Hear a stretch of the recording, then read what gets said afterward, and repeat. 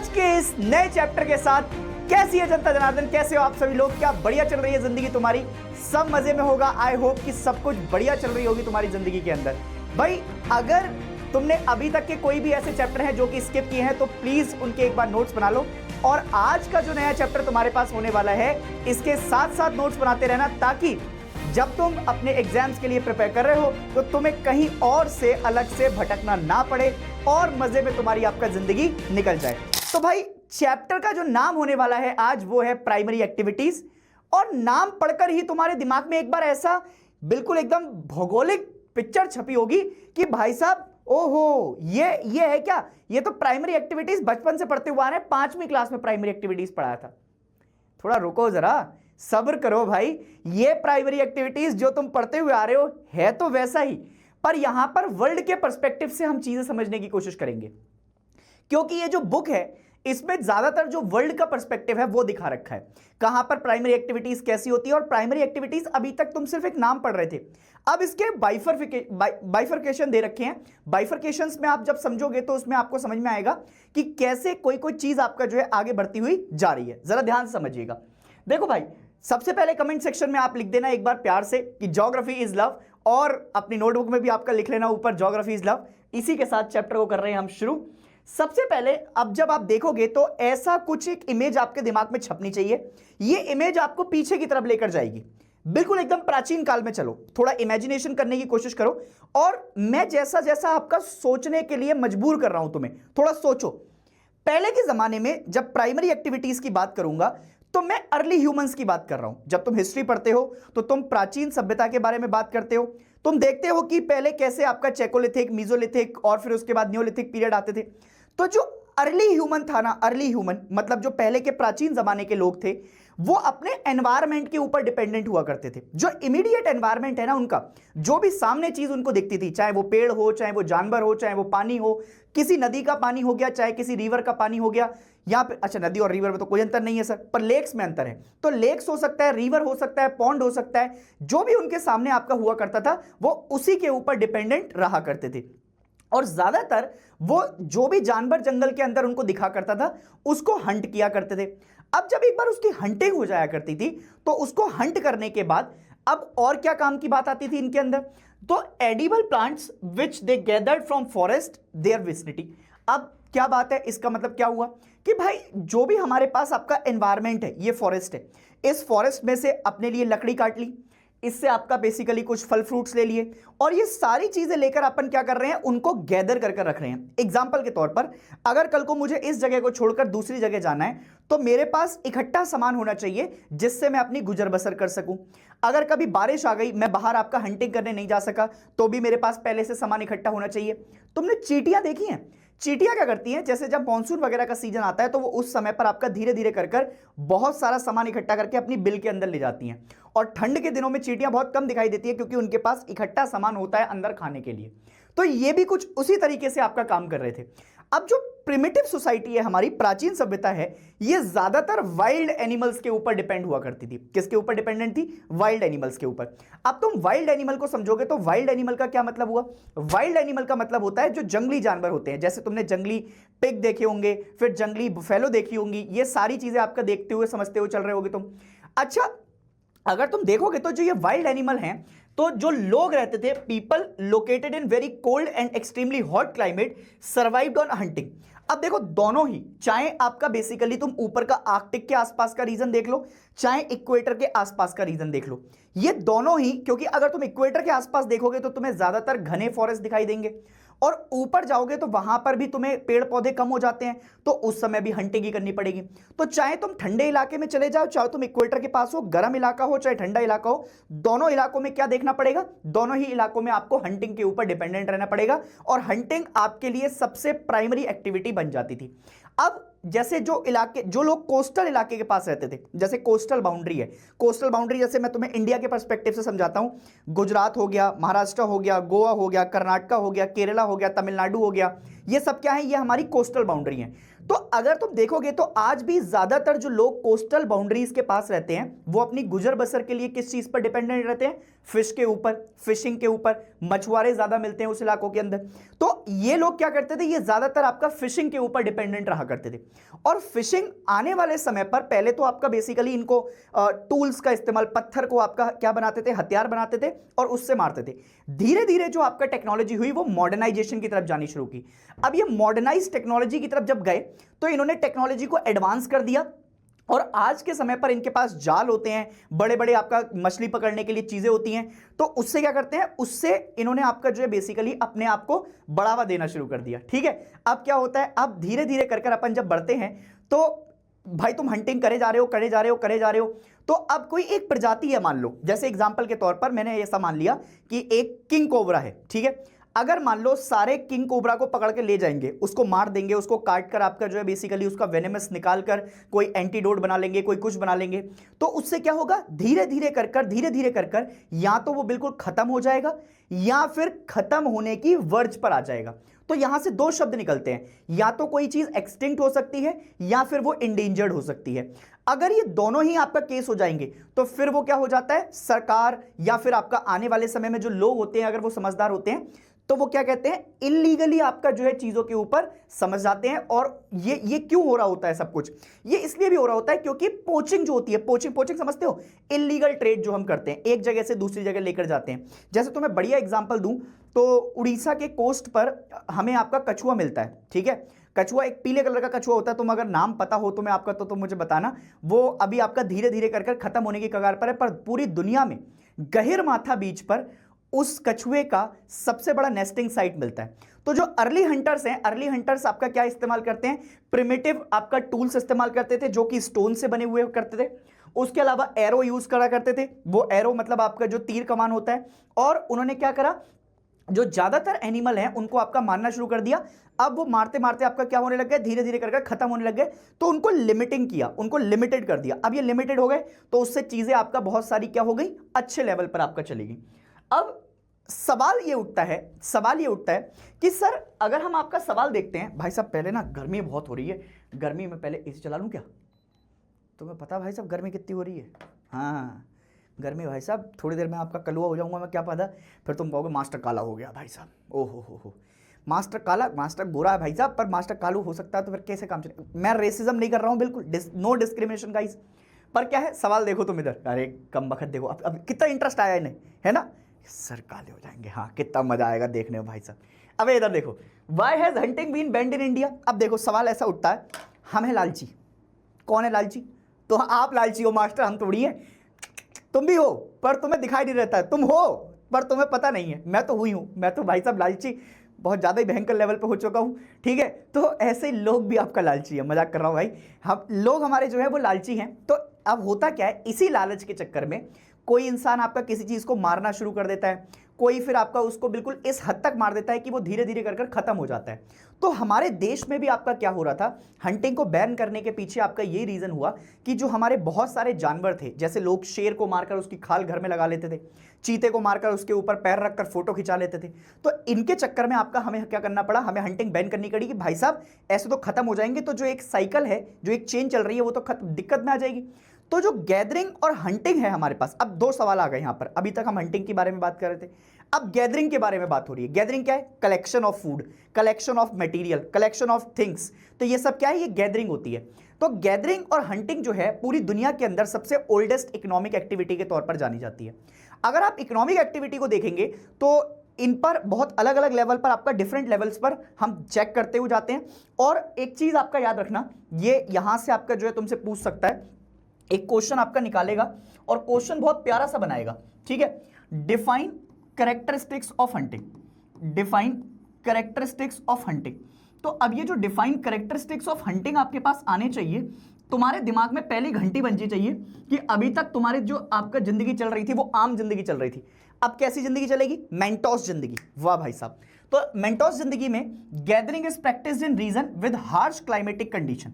अब जैसे ही तुम्हारे दिमाग में हार्श क्लाइमेटिक कंडीशन आया तो तुम्हारे दिमाग में एकदम घंटी बजी कि भारत, भारत में कहां मिलता है हार्श क्लाइमेटिक कंडीशन, किधर है किधर है किधर है, ओहो लद्दाख, जम्मू कश्मीर, उत्तराखंड, हिमाचल प्रदेश, ठीक है ठीक है। वर्ल्ड के लेवल पर तुम्हें पता तो है नहीं, कनाडा, कनाडा भाई साहब, कनाडा, अलास्का चले गए, रशिया, यूक्रेन, ओहो हो, अच्छा दिमाग मारा भाई साहब, हार्श क्लाइमेटिक कंडीशन। अब ये हार्श क्लाइमेटिक कंडीशन देखकर वहां पर क्या कर रहे हैं, वो सामान को आपका स्टोर कर रखते हैं, क्योंकि उनको ज्यादा लंबे समय तक खाने की नीड पड़ती है, और वो बाहर जाएंगे तो कई सारी जगह रशिया के अंदर ऐसी हैं जहां पर टेम्परेचर -50 -60 डिग्री टेम्परेचर चला जाता है, बाहर निकलो उंगली कट जाएगी भाई साहब, क्या फायदा है। तो इसके अच्छा ये है कि भाई साहब जमा कर रखो। It often involves primitive society who extract both plant and animal to satisfy their need for food, shelter and clothing. अब देखो, अब ऐसी सोसाइटी जो कि आपका बेसिकली कुछ ही चीजों के ऊपर डिपेंडेंट रहती है। एक इंसान की जो सबसे बेसिक नीड होती है वो क्या होती है, 3 चीजें, रोटी, कपड़ा और मकान। और हमारे जो प्राचीन सभ्यता से लोग चले हुए आ रहे हैं उनके पास भी आपका 3 ही चीजें थी, फूड, शेल्टर और क्लोथिंग, रोटी, कपड़ा, मकान। This type of activity require a small amount of capital investment. अब अगर तुम्हें मान लो गैदरिंग करनी है, तो गैदरिंग करने के लिए ऐसा नहीं है कि तुम्हारे पास तुम अंबानी होने चाहिए हो भाई साहब, ओ हो इतना पैसा होगा मेरे पास तभी मैं आपका खर्चा करूंगा। मतलब ये तो पता कैसी वाली बात हो गई, ये वैसी वाली बात हो गई, सर जिस दिन मेरे पास जिम में 1 लाख रुपए होंगे उस दिन मैं लद्दाख की ट्रिप करूंगा, जिस दिन मेरे पास आपका हिमालयन बाइक होगी उस दिन मैं करूंगा। अबे लद्दाख जाने के लिए हिमालयन बाइक की जरूरत नहीं है, लोग स्कूटी पे भी जा रहे हैं भाई साहब। तो अगर तुमको गैदरिंग करनी है तो गैदरिंग करने के लिए तुमको कोई करोड़ों अंबानी होने की जरूरत नहीं है कि रतन टाटा ही होगे तभी आपका गैदरिंग करोगे ना। गैदरिंग के लिए बहुत मिनिमम कैपिटल इन्वेस्टमेंट में भी आपका चीजें चल जाती हैं, बस तुम्हें थोड़ा बहुत आपका इन्वेस्टमेंट करना पड़ेगा और उससे क्या चल जाएगा, उससे लो लेवल ऑफ टेक्नोलॉजी के साथ बस गर्म करने के लिए, गर्म रखने के लिए चीजों को, और फिर आपका उसको क्या कर सकते हो तुम, आपका हंटिंग और गैदरिंग दोनों कर सकते हो। यील्ड पर person is very low and little और नो सरप्लस इज प्रोड्यूस। मतलब जो एक पर्सन के तौर पर हम यील्ड करते हैं, उगाते हैं या कुछ भी जो उसको उत्पादन करते हैं, वो क्या है, वो बहुत कंपैरेटिवली कम है हमारे पास। अब ये गैदरिंग कहां कहां पर प्रैक्टिस होती है, यहां से एक इंपॉर्टेंट क्वेश्चन तुम्हारे पेपर के अंदर देखा जा सकता है। वेरी वेरी वेरी इंपॉर्टेंट लिख रहा हूं क्योंकि ये बोर्ड्स का सबसे फेवरेट क्वेश्चन में से एक क्वेश्चन है। वो ऐसे ही क्वेश्चन आपका उठाता है, कहां हो रहे हैं सर ये, अरे ये मेघालय वाले में होता है, मेडिटेरेनियन की एक्टिविटीज हैं, ये देख रहे हैं। तो ये सुंदर कन्या देखकर तुमने तो पढ़ाई वढ़ाई छोड़ दी होगी। मैं क्या बता रहा था, मैं इधर बता रहा था बोट्स, अबे गधो ये है बोट्स, ठीक है। अब ये क्या हुआ, high latitude zones which includes northern Canada, northern Eurasia and southern Chile. 3 important बातें आई हैं। उसने क्या क्या बोला है, northern Canada, northern Eurasia and southern Chile. जरा एक बार इसकी मैपिंग दिखा दूं मैं तुम्हें। देखो, अगर तुम कंपैरेटिवली अगर कुछ इस तरीके से आपका जो है देखते हुए जाते हो, ठीक है, ऐसे कर आपका कुछ इस तरीके से यहां पर आपका देखा तुमने, तो ये वाला जो इलाका है ये कौन सा है, इसको कहते हैं अलास्का, ठीक है सर। ये ऊपर वाला जो इलाका है ये कौन सा है, इसको कहते हैं कनाडा, ठीक है। कनाडा के अलावा नीचे वाला कौन सा है, तो नीचे वाले को आपका मान लो यूएसए, और उसके नीचे आपका कौन सा इलाका है, तो उसके नीचे है मैक्सिको। ये कौन सा हो गया, इसको कहते हैं नॉर्थ अमेरिका। हमने आपका सबसे पहले सवाल जो बात करी है वो किसके बारे में करी है, तो हम बात कर रहे हैं नदर्न कनाडा के बारे में। इसका मतलब ये है सर कि ये जो नॉर्थ वाला कनाडा है, इस नदर्न कनाडा के बारे में आपका बातचीत चल रही है। बिल्कुल सही कह रहे हो सर आप। अच्छा, इसी के नीचे ऐसे कर आपका एक साउथ अमेरिका भी है, ठीक है, और इसके बीच में आपका सेंट्रल अमेरिका है। यहां पर छोटे छोटे आपका ऐसे कर छोटे छोटे आइलैंड कंट्रीज हैं, ठीक है, बहुत बढ़िया। तो अब उसने बोला सदर्न चिली, तो ये जो लंबी सी कंट्री ऐसे कर आपका जारी होगी मिर्च की शेप की, इसका जो साउथ पोर्ट है, ये साउथ पोर्शन आपका जो देखने को मिलता है, ये लंबी सी कंट्री को ही चिली कहा जाता है। इसी को क्या कहा जाता है, इसी को चिली कहा जाता है। और अगर तुम इधर वाले पोर्शन पर आपका आओगे, ये यूरोप के साथ आपका जो जुड़ा हुआ इलाका है, तो यूरोप प्लस एशिया, इन दोनों पोर्शन को मिलाकर आपका क्या बनता है, इन दोनों पोर्शन को आपका मिलाकर तैयार होता है तुम्हारा यूरेशिया। तो सबसे पहले अगर तुमसे आपका बात करा जाए कि ये कहां पर प्रैक्टिस हो रही है, तो हाई लैटिट्यूड जोन्स में। और मैं तुम्हें ईमानदारी से बता रहा हूं, अगर तुमने गलती से हल्के हल्के अगर ये क्वेश्चन आता है और थोड़े से मैप बना दिए ना, क्या नंबर देगा ना वो तुम्हें, भाई साहब मैं बता रहा हूं, तुम आपका दिल खुश हो जाएगा तुम्हारा। तो northern Canada, northern Eurasia, south Chile, और लो लैटिट्यूड जोन में कहां पर आ रहा है, तो अमेज़न बेसिन की तरफ चले जाओ, अमेज़न का जो जंगल वाला इलाका है। ट्रॉपिकल अफ्रीका, जो अफ्रीका के ट्रॉपिक्स वाले इलाके हैं। Northern fringe of Australia, India के जब तुम आपका ईस्टर्न साइड में जाना शुरू करते हो, साउथ ईस्टर्न वाली साइड से इंडोनेशिया से निकलकर आगे की तरफ बढ़ते हो तो ऑस्ट्रेलिया पड़ता है। तो ये इन वाले इलाकों में आपका क्या हो रहा है, इन वाले इलाकों में आपका इसको प्रैक्टिस किया जा रहा है। In modern times some gathering is market oriented. अब ये मार्केट ओरिएंटेड को हमारे विवेक भाई ने एक साथ जोड़ दिया है, तो गलत भी पढ़ा जा सकता है ये भाई, सब तो मैं नहीं पढ़ना है, विवेक भाई हमारे बहुत टैलेंटेड आदमी है। तो market oriented and has become commercial. आज के समय पर अगर आप देखते हैं तो इसको क्या है, ज्यादातर इसको मार्केट के हिसाब से पैसा आना चाहिए और साथ साथ आपका कमर्शियल की तरफ भी जा रहे हैं। Gather collected valuable plant such as leaves, barks of trees and medicinal plant and after simple processing sell the product in the market. अब तुमने देखा होगा कि बहुत सारे लोग आपका जो है कहीं से, जैसे एग्जाम्पल के तौर पर मैं तुम्हें एक बढ़िया सा एग्जाम्पल देता हूं। जैसे पहले के जमाने में अब इसको थोड़ा सा आपका ना अच्छे लेवल पर समझना, ठीक है, गलत लेवल के हिसाब से मत लेकर जाना। जैसे एक हमारे पास आपका जो है चीज आती है शिलाजीत कर, ठीक है। पहले ये हाईली माउंटेन में से आपका एक्सट्रैक्ट किया जाता था। पहले लोग इसको आपका ऐसे ही मतलब लेकर आते थे, उसको प्रोसेस कर आपका खाने का काम करते थे और चीजों में मिलाकर आपका जो है शक्ति बढ़ाने का काम करते थे। आज के जमाने में आपका क्या करने लग गए, लोग लेकर आते हैं बहुत छोटा छोटा अमाउंट, उसको प्रोसेस कर इसकी चीजें बनाकर मार्केट के अंदर बेचते हैं। ऐसे ही अगर तुम मेडिसिनल प्लांट देखोगे तो जैसे जड़ी बूटी होती है, जड़ी बूटी को लेकर आए, उसको पीसा और उसको मार्केट में आपका बेचना शुरू कर दिया अपने नाम से, या कोई आपका ब्रांड निकाल दिया। तो ये क्या हो रहा है, ये वही हो रहा है कि हम लीव्स लेकर आते हैं, फिर मेडिसिनल प्लांट लेकर आते हैं और फिर वैल्यूएबल प्लांट वगैरह लाकर उनको क्या करते हैं, उनको प्रोडक्ट को मार्केट में सेल करना शुरू करते हैं। They use various parts of the plant, for example the bark is used for quinine, tannin extract and cork. अब ये कॉर्क क्या होती है, छाल होती है, कॉर्क मतलब होती है छाल पेड़ की, है ना। Leave supply material for beverages, drugs, cosmetic, fibres. अब जैसे एग्जांपल के तौर पर मैं तुम्हें एक और एग्जांपल देता हूं।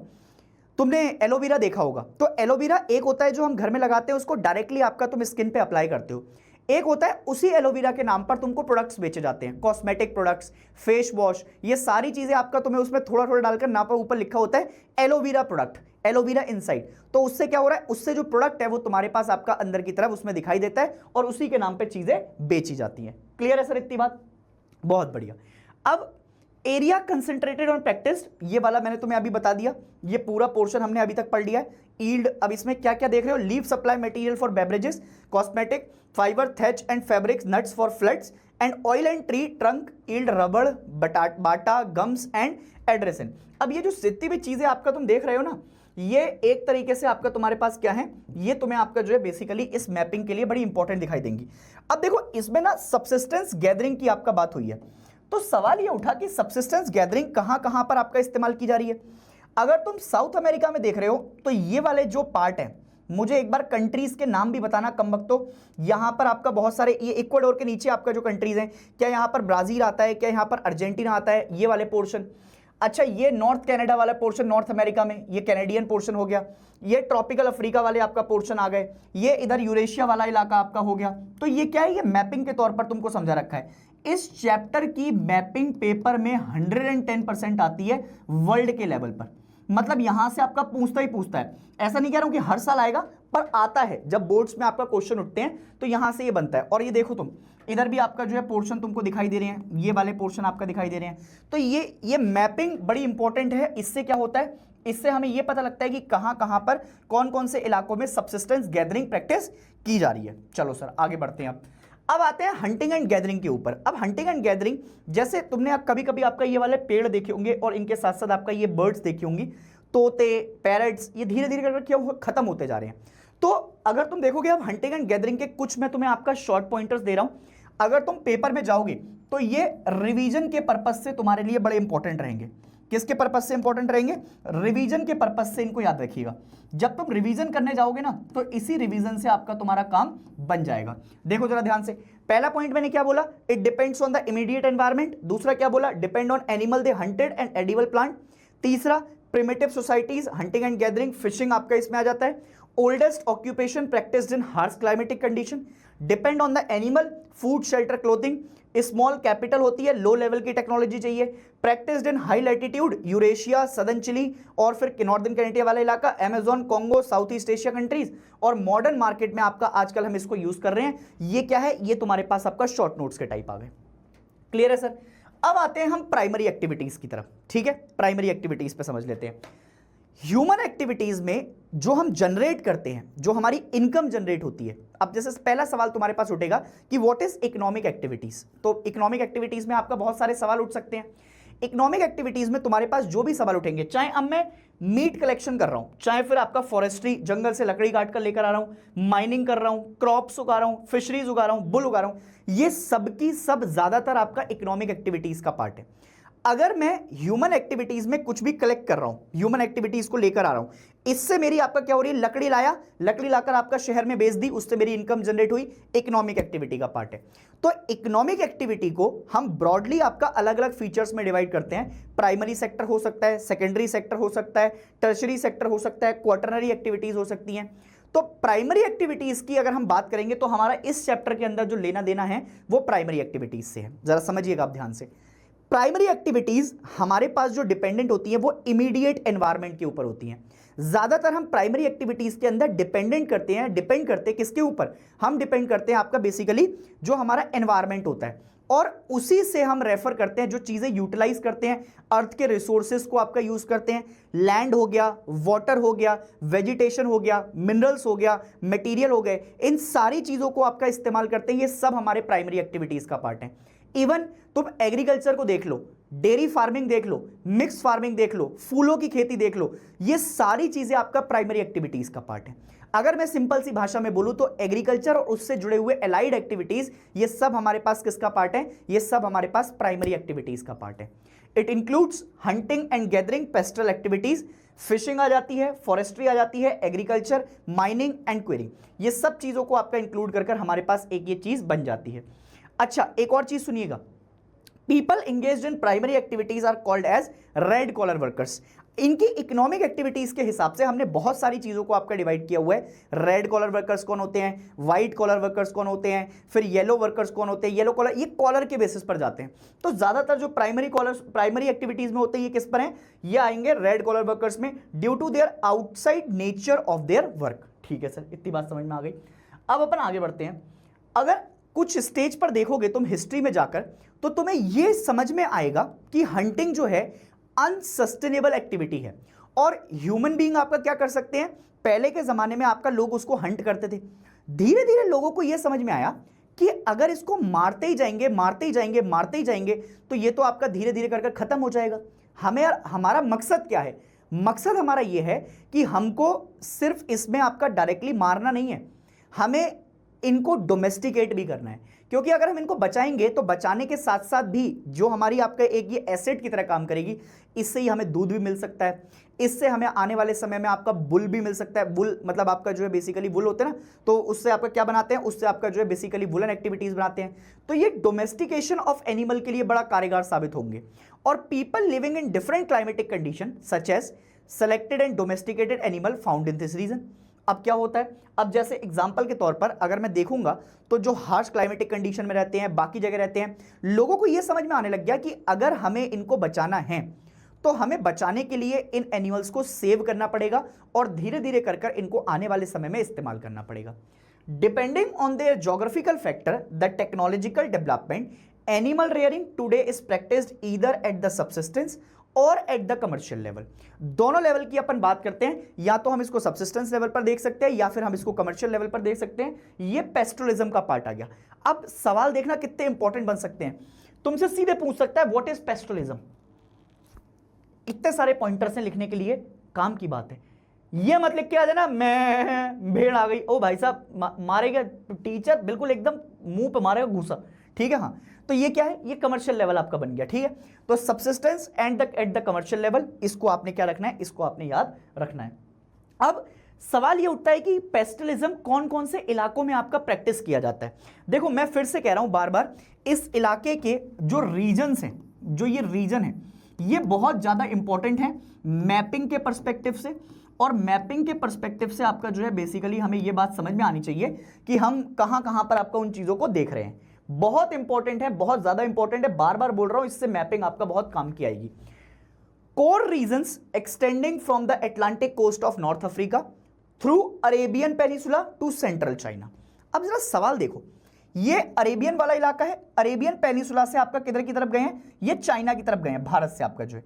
तो ये बीच में अरेबियन पेनिसुला पड़ता है। अच्छा मुझे एक सवाल बताना भाई साहब, तुम्हारी गंदी नजर लगी है तो पेन भी गिर गया मेरा, ठीक है, हाँ ऐसे नजर मत लगाओ मुझे, ठीक है, हाँ ध्यान से देखो। अरेबियन पेनिसुला से मुझे ये बता देना कि अरेबियन पेनिसुला से कौन कौन सी कंट्रीज आसपास में आपका देखने को मिलती हैं। और जब हम अरेबियन पेनिसुला से जाते हैं तो अरेबियन पेनिसुला से होते हुए हम कहां जाते हैं, चाइना। और चाइना के आपका ऊपर एक बेसिकली कंट्री दिखाई देती है तुमको, मंगोलिया वाली, तो वो भी दिखाई देगी। अब जरा ध्यान से देखो, तो सबसे पहले अरेबियन पेनिसुला से शुरू होकर सेंट्रल चाइना, उसके बाद second region extend in the tundra region. अब सवाल ये उठा, तुंद्रा रीजन ऑफ यूरेशिया क्या होता है, जरा ध्यान समझो। जब तुम ऊपर से आते हो ना, जैसे एग्जांपल के तौर पर तुम ये आए, ठीक है, ये आए तुम भाई साहब आपका ऊपर से, ठीक है सर, मान लिया हम आ गए ऊपर से। अब तुम ये आ रहे हो भाई साहब, ठीक है, ये आई एक लाइन तुम्हारे पास, ये एक लाइन आई तुम्हारे पास, ठीक है, इसके बाद एक लाइन तुम्हारे पास आपका ये आ गई, ये यहां से आपका एक पार्ट आ गया, ये पार्ट आ गया, एक लाइन, ठीक है। अब मैंने इसको कुछ ऐसा बोल दिया है, ये 0 डिग्री है मेरे पास, ये 23 डिग्री एंड हाफ है मेरे पास, इसको नॉर्थ भी कहते हैं, और ये ट्रॉपिक ऑफ कैंसर के नाम से भी जाना जाता है। बहुत बढ़िया सर, इतनी बात समझ में आ गई। उसके ऊपर तुम यहां देखोगे ये 66 डिग्री एंड हाफ है, 66 डिग्री एंड हाफ नॉर्थ में आपका देखोगे तो यहां पर तुम्हें आर्कटिक सर्कल दिखाई देगा। तुम जब नॉर्थ पोल से नीचे की तरफ आते हो, नॉर्थ पोल से नीचे की तरफ थोड़ा ही नीचे आओगे, बहुत ज्यादा नीचे की तरफ नहीं, तो यहां पर तुम्हें 2 तरीके के रीजन दिखाई देते हैं। एक दिखाई देता है तुंद्रा रीजन और एक दिखाई देता है आपके पास टाइगा रीजन। देखो टाइगा रीजन में लिटिल वेजिटेशन दिखाई देती है। लिटिल का मतलब है कि बहुत ही माइन्यूट, मतलब वेजिटेशन का थोड़ा बहुत नामो निशान है। बट जहां पर मैं शब्द में लिख दूं तुंद्रा वेजिटेशन में आपका लगभग नो वेजिटेशन दिखाई दे जाती है, क्योंकि ये इतना ठंडा इलाका है कि यहां पर आपका कुछ भी उगना लगभग ना के बराबर हो जाता है। तो ये तुंद्रा वाला जो रीजन है ये लगभग आपका नो वेजिटेशन को सपोर्ट करता है। बहुत बढ़िया सर। तो अब इसने क्या लिखा हुआ है, ये लिखा हुआ है उसने तुंद्रा रीजन ऑफ यूरेशिया। अब जरा ध्यान से देखो, तो तुम्हारे पास जो यूरोप और प्लस एशिया वाला इलाका है, अगर तुम देखोगे तो तुम्हारे पास यूरोप और प्लस एशिया वाला इलाका, तो यूरोप और प्लस एशिया में ऐसे कई सारे रीजन हैं तुम्हारे पास जो कि तुंद्रा रीजन का पार्ट है, और इनमें आपका वेजिटेशन का थोड़ा सा नामो निशान क्या हो जाता है, थोड़ा मुश्किल हो जाता है। Third region is south west Africa. कहां पर, अगर एग्जांपल के तौर पर ये नॉर्थ है, ये साउथ है, ये वेस्ट है, ये ईस्ट है, तो वो बात कर रहा है कुछ इस इलाके की। साउथ अफ्रीका की बात नहीं कर रहा है, वो साउथ वेस्ट अफ्रीका की बात कर रहा है, ये वाला कोऑर्डिनेट है। उसके बाद वो कह रहा है अगर तुम देखोगे तो Madagascar, third region found in south west Africa and Madagascar. अब सवाल ये उठा कि सर मडागास्कर की लोकेशन तो समझ में आनी चाहिए। अगर तुम प्यार से इंडिया को आपका देखोगे, ये कर इंडिया के वेस्ट, ये साउथ में यहां पर आओगे तुम, इधर केरला और तमिलनाडु वाले रीजन, इससे तुम इधर की तरफ चलना शुरू करना, वेस्ट की तरफ।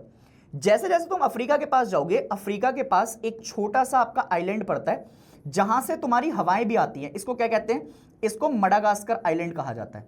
क्या कहा जाता है इसको, मडागास्कर आइलैंड। इसी इलाके से हमारा मॉनसून आता है और मॉनसून हिट करता है सबसे पहले केरला, फिर कर्नाटका, फिर गोवा, धीरे धीरे कर आपका ऊपर जाता रहता है। ट्रांसह्यूमेंस जो शब्द है, इससे जरा थोड़ा सा डिकोड कर लेते हैं पहले कि ट्रांसह्यूमेंस होता क्या है। देखो ट्रांसह्यूमेंस शब्द की जब अपन बात करते हैं तो होता क्या है कि भैया कोई पर्टिकुलर इंसान, जैसे पहले ज्यादातर ये शब्द जो इस्तेमाल होता था वो ट्राइब्स के लिए होता था। कौन से ट्राइब्स, ऐसे ट्राइब्स जो कि हायर ऑल्टीट्यूड में रहते थे। एग्जांपल के तौर पर तुमने कई बार नाम सुना होगा गद्दी ट्राइब, या फिर आपका भोटिया ट्राइब, या फिर आपका कश्मीर में बहुत सारे अलग अलग ट्राइब्स रहते हैं। तो वो ट्राइब्स क्या करते थे, वो सीजनल मूवमेंट किया करते थे। सीजनल मूवमेंट क्यों करने की जरूरत पड़ती है सर, सीजनल मूवमेंट जरूरत इसलिए पड़ती है कि जब ठंडा टाइम होता है तो बर्फ जम जाती है पूरे इलाके में, तो वहां पर उस समय कोई एक्टिविटी नहीं कर सकते आप। तो विंटर्स के टाइम पर वो जो पहाड़ी होती थी उससे नीचे प्लेन्स की तरफ आ जाते थे, और जब गर्मियों का टाइम आता है तो गर्मियों के टाइम में प्लेन वाले इलाके से वो कहां चले जाते थे, ऊपर पहाड़ियों की तरफ। तो ये क्या है, ये सीजनल मूवमेंट है। यहां से आपका मूवमेंट एक जगह से दूसरी जगह और दूसरी जगह से इधर की तरफ। तो समर से विंटर, विंटर से समर की तरफ जब आप मूवमेंट करते हैं तो इसी को अपन क्या समझते हैं, इसी को अपन ट्रांसह्यूमेंस समझते हैं।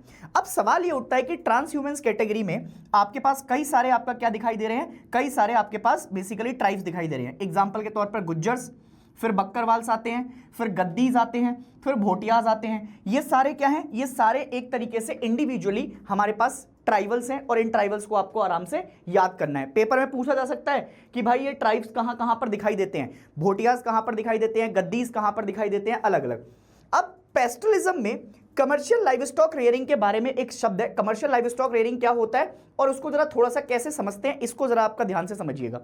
देखो, जब मैं कमर्शियल लाइवस्टॉक रेयरिंग की बात करता हूं तो कमर्शियल लाइवस्टॉक रेयरिंग के अंदर जो बाकी अभी पेस्टलिज्म चल रहा था, उस पेस्टलिज्म के कंपैरिजन में ये वाला जो इलाका है, ये इलाका आपका कंपैरेटिवली मोर ऑर्गेनाइज्ड है। ऑर्गेनाइज का क्या मतलब होता है? ऑर्गेनाइज का मतलब होता है कि प्रॉपर्ली तरीके से आपका बना हुआ है। उसके अलावा इसमें कैपिटल इंटेंसिव आपका दिखाई देता है। कैपिटल इंटेंसिव का क्या मतलब है? अभी हम पहले देख रहे थे कि ज्यादातर हमें आपका बहुत ज्यादा क्या नहीं करना पड़ रहा था, पैसा डालने की जरूरत नहीं पड़ रही थी। पेस्टलिज्म, उससे पहले हमने एग्रीकल्चर देखा।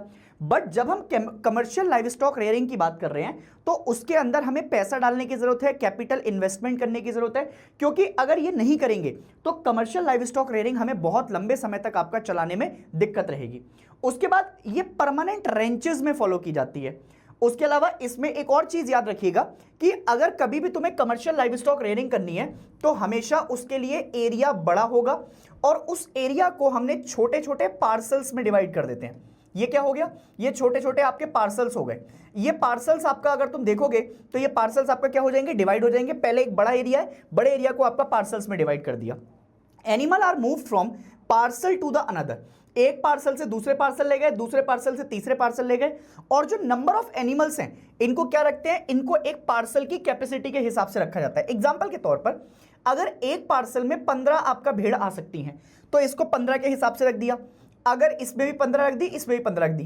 पर सवाल ये उठा कि अगर मान लो मेरा पहला पार्सल या पहला जो एरिया है वो थोड़ा बड़ा है और जो सेकंड एरिया है वो कंपैरेटिवली छोटा है, तो जब सेकंड वाले इलाके का जितना भी जो फॉर्डर होगा या फिर इलाके की आपका जो चीजें होंगी, जब वो खत्म हो जाएंगी तो उनको आपका फर्स्ट के इलाके के अंदर शिफ्ट कर दिया जाता है और ये कैपेसिटी के हिसाब से रखे जाते हैं। ये बात मैंने तुम्हें बताई। एनिमल्स इनमें कौन कौन से रखे जाएंगे? शीप हो गया, कैटल हो गया, गोट हो गया, हॉर्सेस हो गए, प्रोडक्ट्स हो गए, मीट, बुल, हाइट्स, स्किन, ये सारे।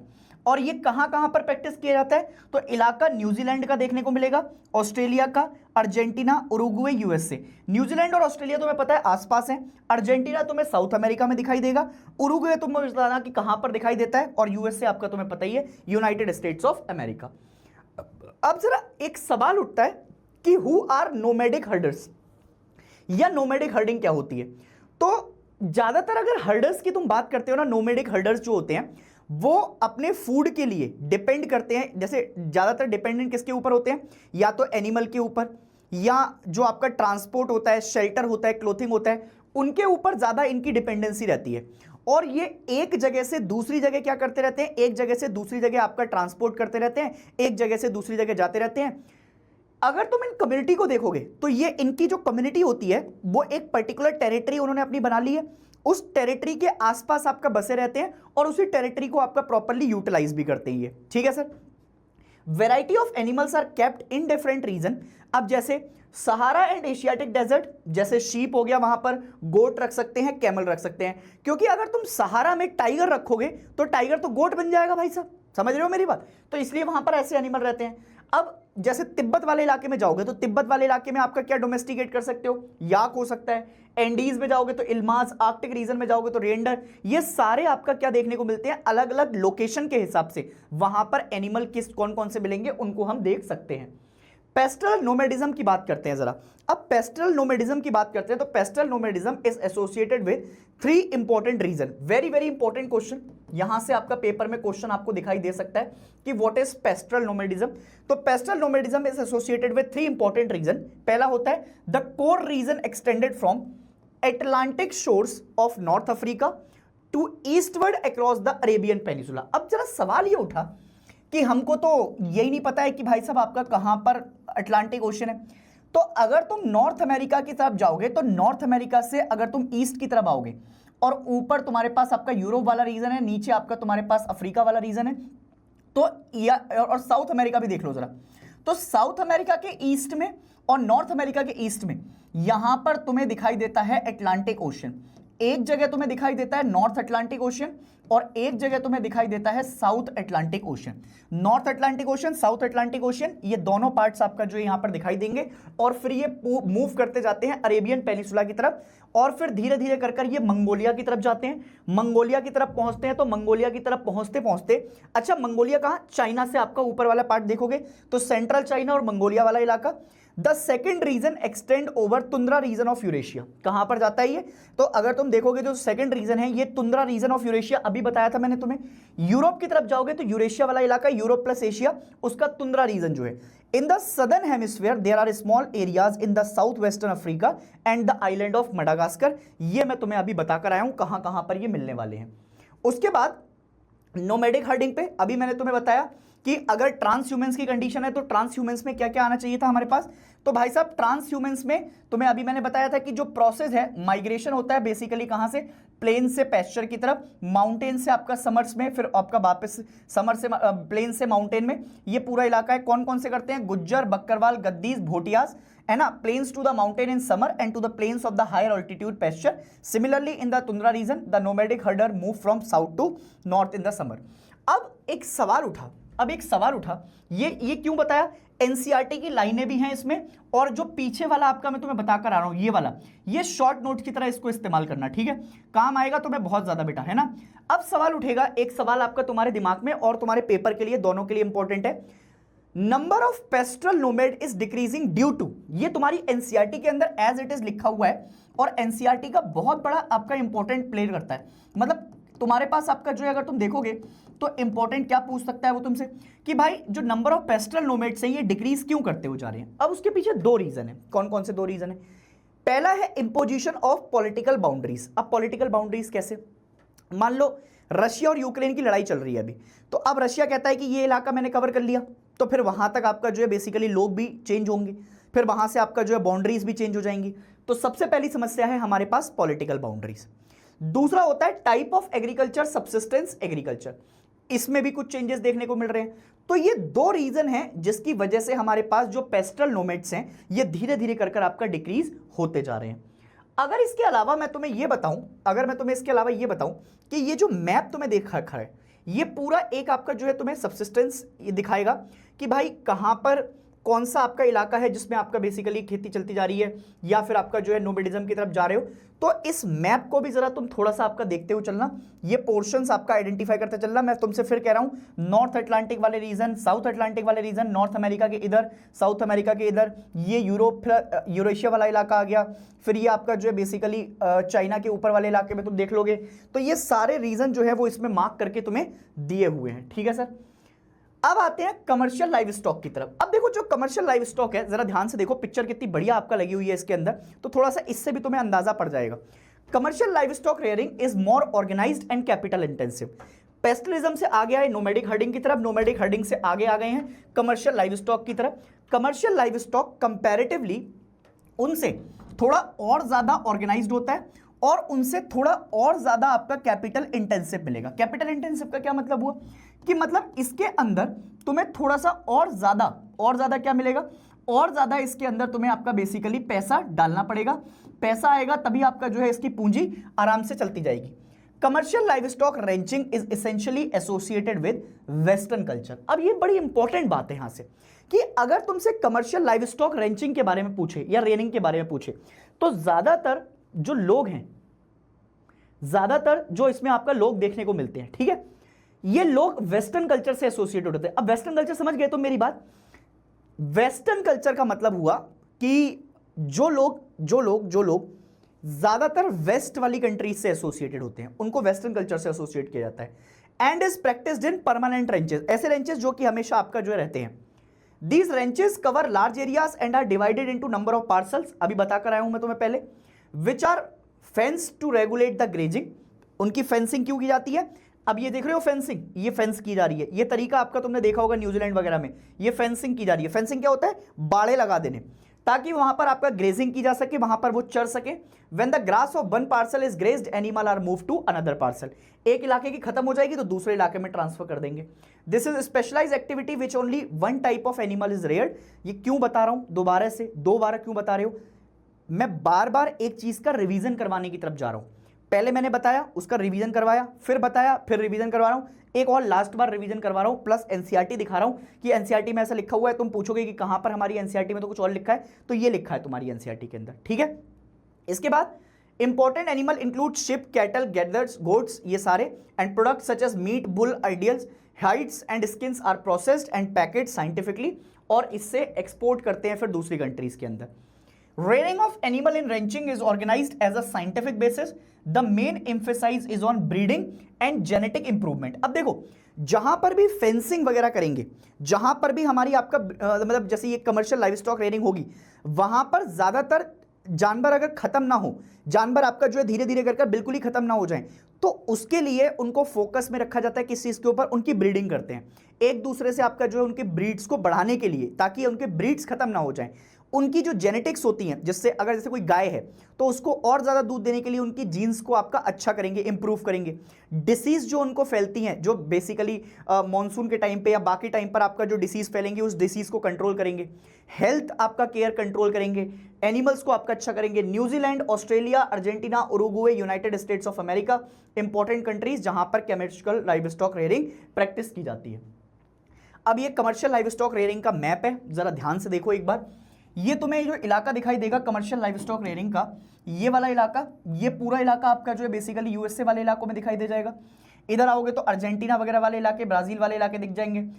ये साउथ अफ्रीका से ऊपर वाला इलाका है, ठीक है। इधर ऑस्ट्रेलिया वाला इलाका हो गया, ये यूरोपियन कंट्रीज हो गई। तो ये एक्चुअली में मार्किंग के लिए सबसे ज्यादा इंपॉर्टेंट है, ये मार्क करने को आती हैं, याद रखिएगा इस चीज को। ये कमर्शियल लाइव स्टॉक रेयरिंग का एग्जाम्पल हो गया। अब चलते हैं टाइप्स ऑफ एग्रीकल्चर की तरफ। अब जो एग्रीकल्चर आएगा ना, एग्रीकल्चर क्या है, तो एग्रीकल्चर तुम्हें पता है कि बेसिकली हम एग्रीकल्चर के अंदर बहुत सारी चीजों को आपका बढ़ावा देते हुए चल रहे हैं, और एग्रीकल्चर हमारे पास प्राइमरी एक्टिविटी का पार्ट है। उस एग्रीकल्चर के अंदर सबसे पहले टाइप्स ऑफ एग्रीकल्चर है, और उस टाइप ऑफ एग्रीकल्चर में सबसे पहले आती है सबसिस्टेंस एग्रीकल्चर। सुनो अब जरा ध्यान से, ठीक है, सुनो, बहुत ध्यान सुनना। सबसिस्टेंस एग्रीकल्चर की अगर मैं बात करूं, सबसिस्टेंस एग्रीकल्चर की अगर मैं बात करूं, ध्यान सुनिएगा। अगर तुम सबसिस्टेंस एग्रीकल्चर की बात कर रहे हो, it is the one in which farming areas consume all or nearly so of the product locally grown. क्या मतलब हुआ सर इस बात का? ऐसा मतलब हुआ कि मान लो ये मेरा एक लोकल इलाका है, ये मेरा एक लोकल इलाका है। इस इलाके में मैंने मक्का उगाया, मेज उगा ली, मक्का उगाया। अब ये मैंने मेज उगाई, मक्का उगाई, तो जो मक्का मैंने उगाई है सबसिस्टेंस एग्रीकल्चर में, इसमें ज्यादातर मैंने सब कंज्यूम कर लिया। मैंने ज्यादातर क्या कर लिया? सब कंज्यूम कर लिया। लगभग या तो 90% या लगभग 100% सारा कंज्यूम कर लेता हूं। The products locally grown it can be grouped into 2 categories. अब जो सबसिस्टेंस एग्रीकल्चर है उसको 2 पार्ट में तोड़ सकते हैं, primitive subsistence agriculture, intensive subsistence agriculture. पहले सबसे पहले मुझे यह समझाओ कि सबसिस्टेंस एग्रीकल्चर समझ में आ गया? दोबारा समझाता हूं। सबसिस्टेंस एग्रीकल्चर, सबसिस्टेंस एग्रीकल्चर वो होता है जो भी हम फार्म में उगा रहे हैं वो लगभग या पूरी तरीके से हम उसको कंज्यूम कर ले रहे हैं, और जो भी प्रोडक्ट्स हमने लोकली ग्रो किए हैं उनको हम कंज्यूम करके चले जा रहे हैं। इसी को हम क्या कहते हैं? इसी को हम कहते हैं भाई साहब हमारा सबसिस्टेंस एग्रीकल्चर। इसको 2 पार्ट में तोड़ा गया है। पहला है प्रिमिटिव सबसिस्टेंस एग्रीकल्चर, दूसरा है इंटेंसिव सबसिस्टेंस एग्रीकल्चर। अब सुनो बहुत दिमाग लगाकर, पहले जरा सबसिस्टेंस एग्रीकल्चर के इलाके देख लो। सबसे पहला इलाका ये वाला जो आपका इलाका है, इधर से आपका देखोगे ये पूरा अफ्रीका वाला इलाका है। इधर अफ्रीका में बहुत सारी कंट्रीज दिखाई देती हैं। इधर आओगे तो मडागास्कर वगैरह वाले आइलैंड दिखाई देंगे। इंडिया के इधर आओगे तो भाई साहब आपका तुम्हें बेसिकली म्यांमार से आपका आगे बढ़ते हुए इंडोनेशिया वाले इलाके दिखाई दे जाएंगे। ये साउथ अमेरिका वाले इलाके हो गए। यहां पर आपका इक्वाडोर वगैरह की कंट्रीज दिखाई देती हैं, उनसे नीचे आओगे, और ये मैक्सिको वाला इलाका है, ठीक है। इसके अलावा यूरोप में बहुत सारी कंट्रीज हैं यहां पर हमें जो दिखाई देती हैं, ठीक है। तो ये क्या है? ये एक्चुअली में तुम्हारे पास आपका पूरा सबसिस्टेंस एग्रीकल्चर का एक मैप है। ध्यान समझिएगा इस इलाके को। प्रिमिटिव सबसिस्टेंस एग्रीकल्चर, सबसे पहले आपका इसी को समझो। पहले प्रिमिटिव का मतलब है, अब अगर तुमसे आपका उसने प्रिमिटिव शब्द यूज किया है तो भाई साहब प्रिमिटिव का मतलब होता है प्राचीन सभ्यता के साथ। देखो हम पहले ना इसको बहुत अलग अलग नामों से जानते थे। जैसे प्रिमिटिव सबसिस्टेंस एग्रीकल्चर को ऐसे आपका इस्तेमाल करते थे। मैंने ये फोटो आपका लगाने के लिए जलाई है। जब ये जल जाएगा तो इसको आपका क्या कहते हैं? इससे आपका राख बनती है, तो इसको क्या बोलते हैं? स्लैश। और हम इसको क्या कर रहे हैं? बर्न। तो इसका दूसरा नाम क्या होता है? इसका दूसरा नाम हो सकता है स्लैश एंड बर्न फार्मिंग। पहला चीज तो प्रिमिटिव एग्रीकल्चर को स्लैश एंड बर्न फार्मिंग के नाम से भी जाना जाता है, या एग्रीकल्चर कह दो, ज्यादातर अगर तुम झारखंड, जैसे इंडिया के हिसाब से आपका समझाता हूं पहले तुम्हें, अगर तुम झारखंड वाले इलाकों में जाते हो या फिर आपका तुमने जैसे हिस्ट्री में आपका 12th क्लास में तुम देखते होगे पहाड़ियास वगैरह की कहानी आपका देखने को मिलती है तुम्हें, ठीक है, संथाल की ट्राइब्स दिखाई देते हैं। तो ये संथाल ट्राइब्स, पहाड़िया ट्राइब, ये ज्यादातर क्या करते हैं, ये इन्हीं तरीके की आपका जो है बेसिकली प्रैक्टिस को अपनाते हैं। और ट्राइबल्स ज्यादातर जो ट्रॉपिकल इलाके में रहते हैं, ट्रॉपिकल इलाका 0 to 23 degree and half, 23 degree and half north south, और इनकी जो खेती होती है उनकी खेती में बहुत बड़ी जमीन नहीं मिलेगी तुम्हें देखने को। ऐसा नहीं है कि एकर्स ऑफ लैंड में आपका खेती करनी पड़ रही है, नहीं, छोटी जमीन होती है। जिस इलाके में वो रुकते हैं उस इलाके में वो किसी भी तरीके से कोई फर्टिलाइजर का इस्तेमाल नहीं करते, और जब वो एक बार इसके ऊपर खेती कर लेते हैं तो इस खेती को छोड़कर एक जगह से दूसरी जगह मूव करते हैं, ताकि ये जो पर्टिकुलर लैंड थी पहले वाली जिस पर उन्होंने खेती की उसमें दोबारा से फर्टिलिटी आ सके, वो दोबारा से फर्टाइल बन सके, और फिर वो एक जगह को छोड़कर दूसरी जगह की तरफ आपका मूव कर जाते हैं। इससे लैंड फ्रिक्वेंटली चेंज होता रहता है, और जो लैंड के अंदर मॉइस्चर रहना चाहिए जिससे वो फर्टिलिटी रिगेन रहे, वो वापस आती जाती है। अगर एक बार वो छोड़कर जाते हैं 5 साल बाद वो दोबारा वापस आते हैं, इन्हीं को आपका अलग अलग नामों से भी जाना जाता है। झूमिंग कल्टीवेशन इसको कहते हैं नॉर्थ ईस्ट इंडिया में, इसका एक और भी नाम है मिल्पा जो कि साउथ अमेरिका में बोला जाता है, और मलेशिया में आपका इसको लदांग के नाम से जाना जाता है। अभी एनसीईआरटी के हिसाब से भी देखेंगे। फिलहाल के लिए आपका इतनी इंपॉर्टेंट पॉइंटर समझ में आ गए। दोबारा, प्रिमिटिव सब्सिस्टेंस एग्रीकल्चर को स्लैश एंड बर्न के नाम से भी जानते हैं, ज्यादातर ट्रॉपिकल इलाकों में होता है, ट्राइब्स इसको एसोसिएट करते हैं, छोटी लैंड के ऊपर होता है, इसमें किसी भी तरीके का कोई फर्टिलाइजर इस्तेमाल नहीं होता है, फ्रीक्वेंटली लैंड चेंज होती रहती है। अगर लैंड चेंज होगी तो उससे क्या होगा, जो मॉइस्चर है मॉइस्चर आता जाएगा और लैंड की फर्टिलिटी इंप्रूव होती जाएगी। 5 साल बाद आपका जो है इसको दोबारा से रिगेन करते जाएंगे, वापस होता जाएगा। इसको झूमिंग भी कहते हैं। झूमिंग कहां पे कहा जाता है, नॉर्थ ईस्ट इंडिया के अंदर, फिर उसके बाद मिल्पा साउथ अमेरिका में, और लदांग मलेशिया के अंदर। ये एक तरीके से आपके पास पॉइंटर्स थे। अब आते हैं इंटेंसिव सब्सिस्टेंस एग्रीकल्चर पर। जरा एक बार फोटोज देख लो आपका लोगों की, है ना, ये हमारे इंडिया के ही हैं ज्यादातर लोग। इंटेंसिव सब्सिस्टेंस एग्रीकल्चर बेसिकली ज्यादातर उन इलाकों में होती है। अब ये मैंने तुम्हें इतने सारे लोग क्यों दिखाए, उसका रीजन है। अगर तुम इंटेंसिव सब्सिस्टेंस एग्रीकल्चर दे रहे हो तो इंटेंसिव का क्या मतलब है, जहां पर इंटेंस देखने को मिलेगा, ज्यादा खेती, है ना, पॉपुलेटेड एरियाज में करते हैं, जहां पर डेंसिटी ऑफ पॉपुलेशन ज्यादा होगी। मतलब इतना छोटा सा इलाका है उसमें 100 लोग रह रहे हैं। तो अब अगर तुम देखोगे तो इंटेंसिव सब्सिस्टेंस एग्रीकल्चर का पहला फिनोमिना क्या हो गया, it is done in the densely populated areas. और ये कितने तरीके की होती है, 2 तरीके की होती है। There are 2 types. This type of agriculture is largely found in densely populated region of monsoon Asia. अब उसने जैसे ही मॉनसून एशिया बोला तो तुम्हारे दिमाग की घंटी बज जानी चाहिए। मॉनसून एशिया का मतलब है कि जितने भी ऐसे इलाके जहां पर एशिया के अंदर मॉनसून आपका अराइव हो रहा है, मॉनसूनल एरिया के नाम से जाने जाते हैं। इंटेंसिव सब्सिस्टेंस एग्रीकल्चर को उसने 2 पार्ट में तोड़ा है।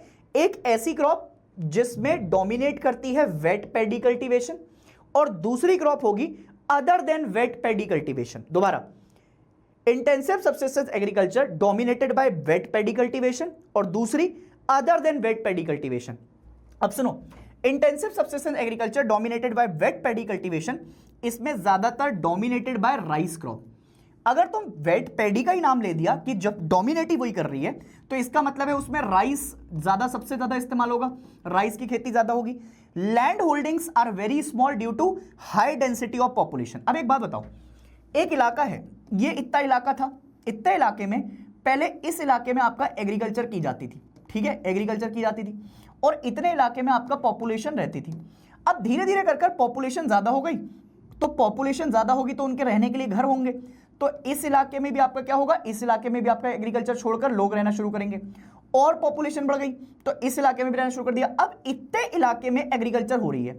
अगर सिर्फ इतने इलाके में आपका एग्रीकल्चर हो रही है तो इसका क्या मतलब हुआ, उसका यह मतलब हुआ कि जो डेंसिटी है लोगों की, डेंसिटी ऑफ पॉपुलेशन, तो लोगों की पॉपुलेशन तो आपका क्या है, ज्यादा है, और डेंसिटी ऑफ पॉपुलेशन के साथ साथ जो हमारे पास जो ग्रुप ऑफ लैंड है, जो ग्रुप ऑफ एग्रीकल्चरल लैंड है, वो क्या हो जाएगी, रिड्यूस हो जाएगी।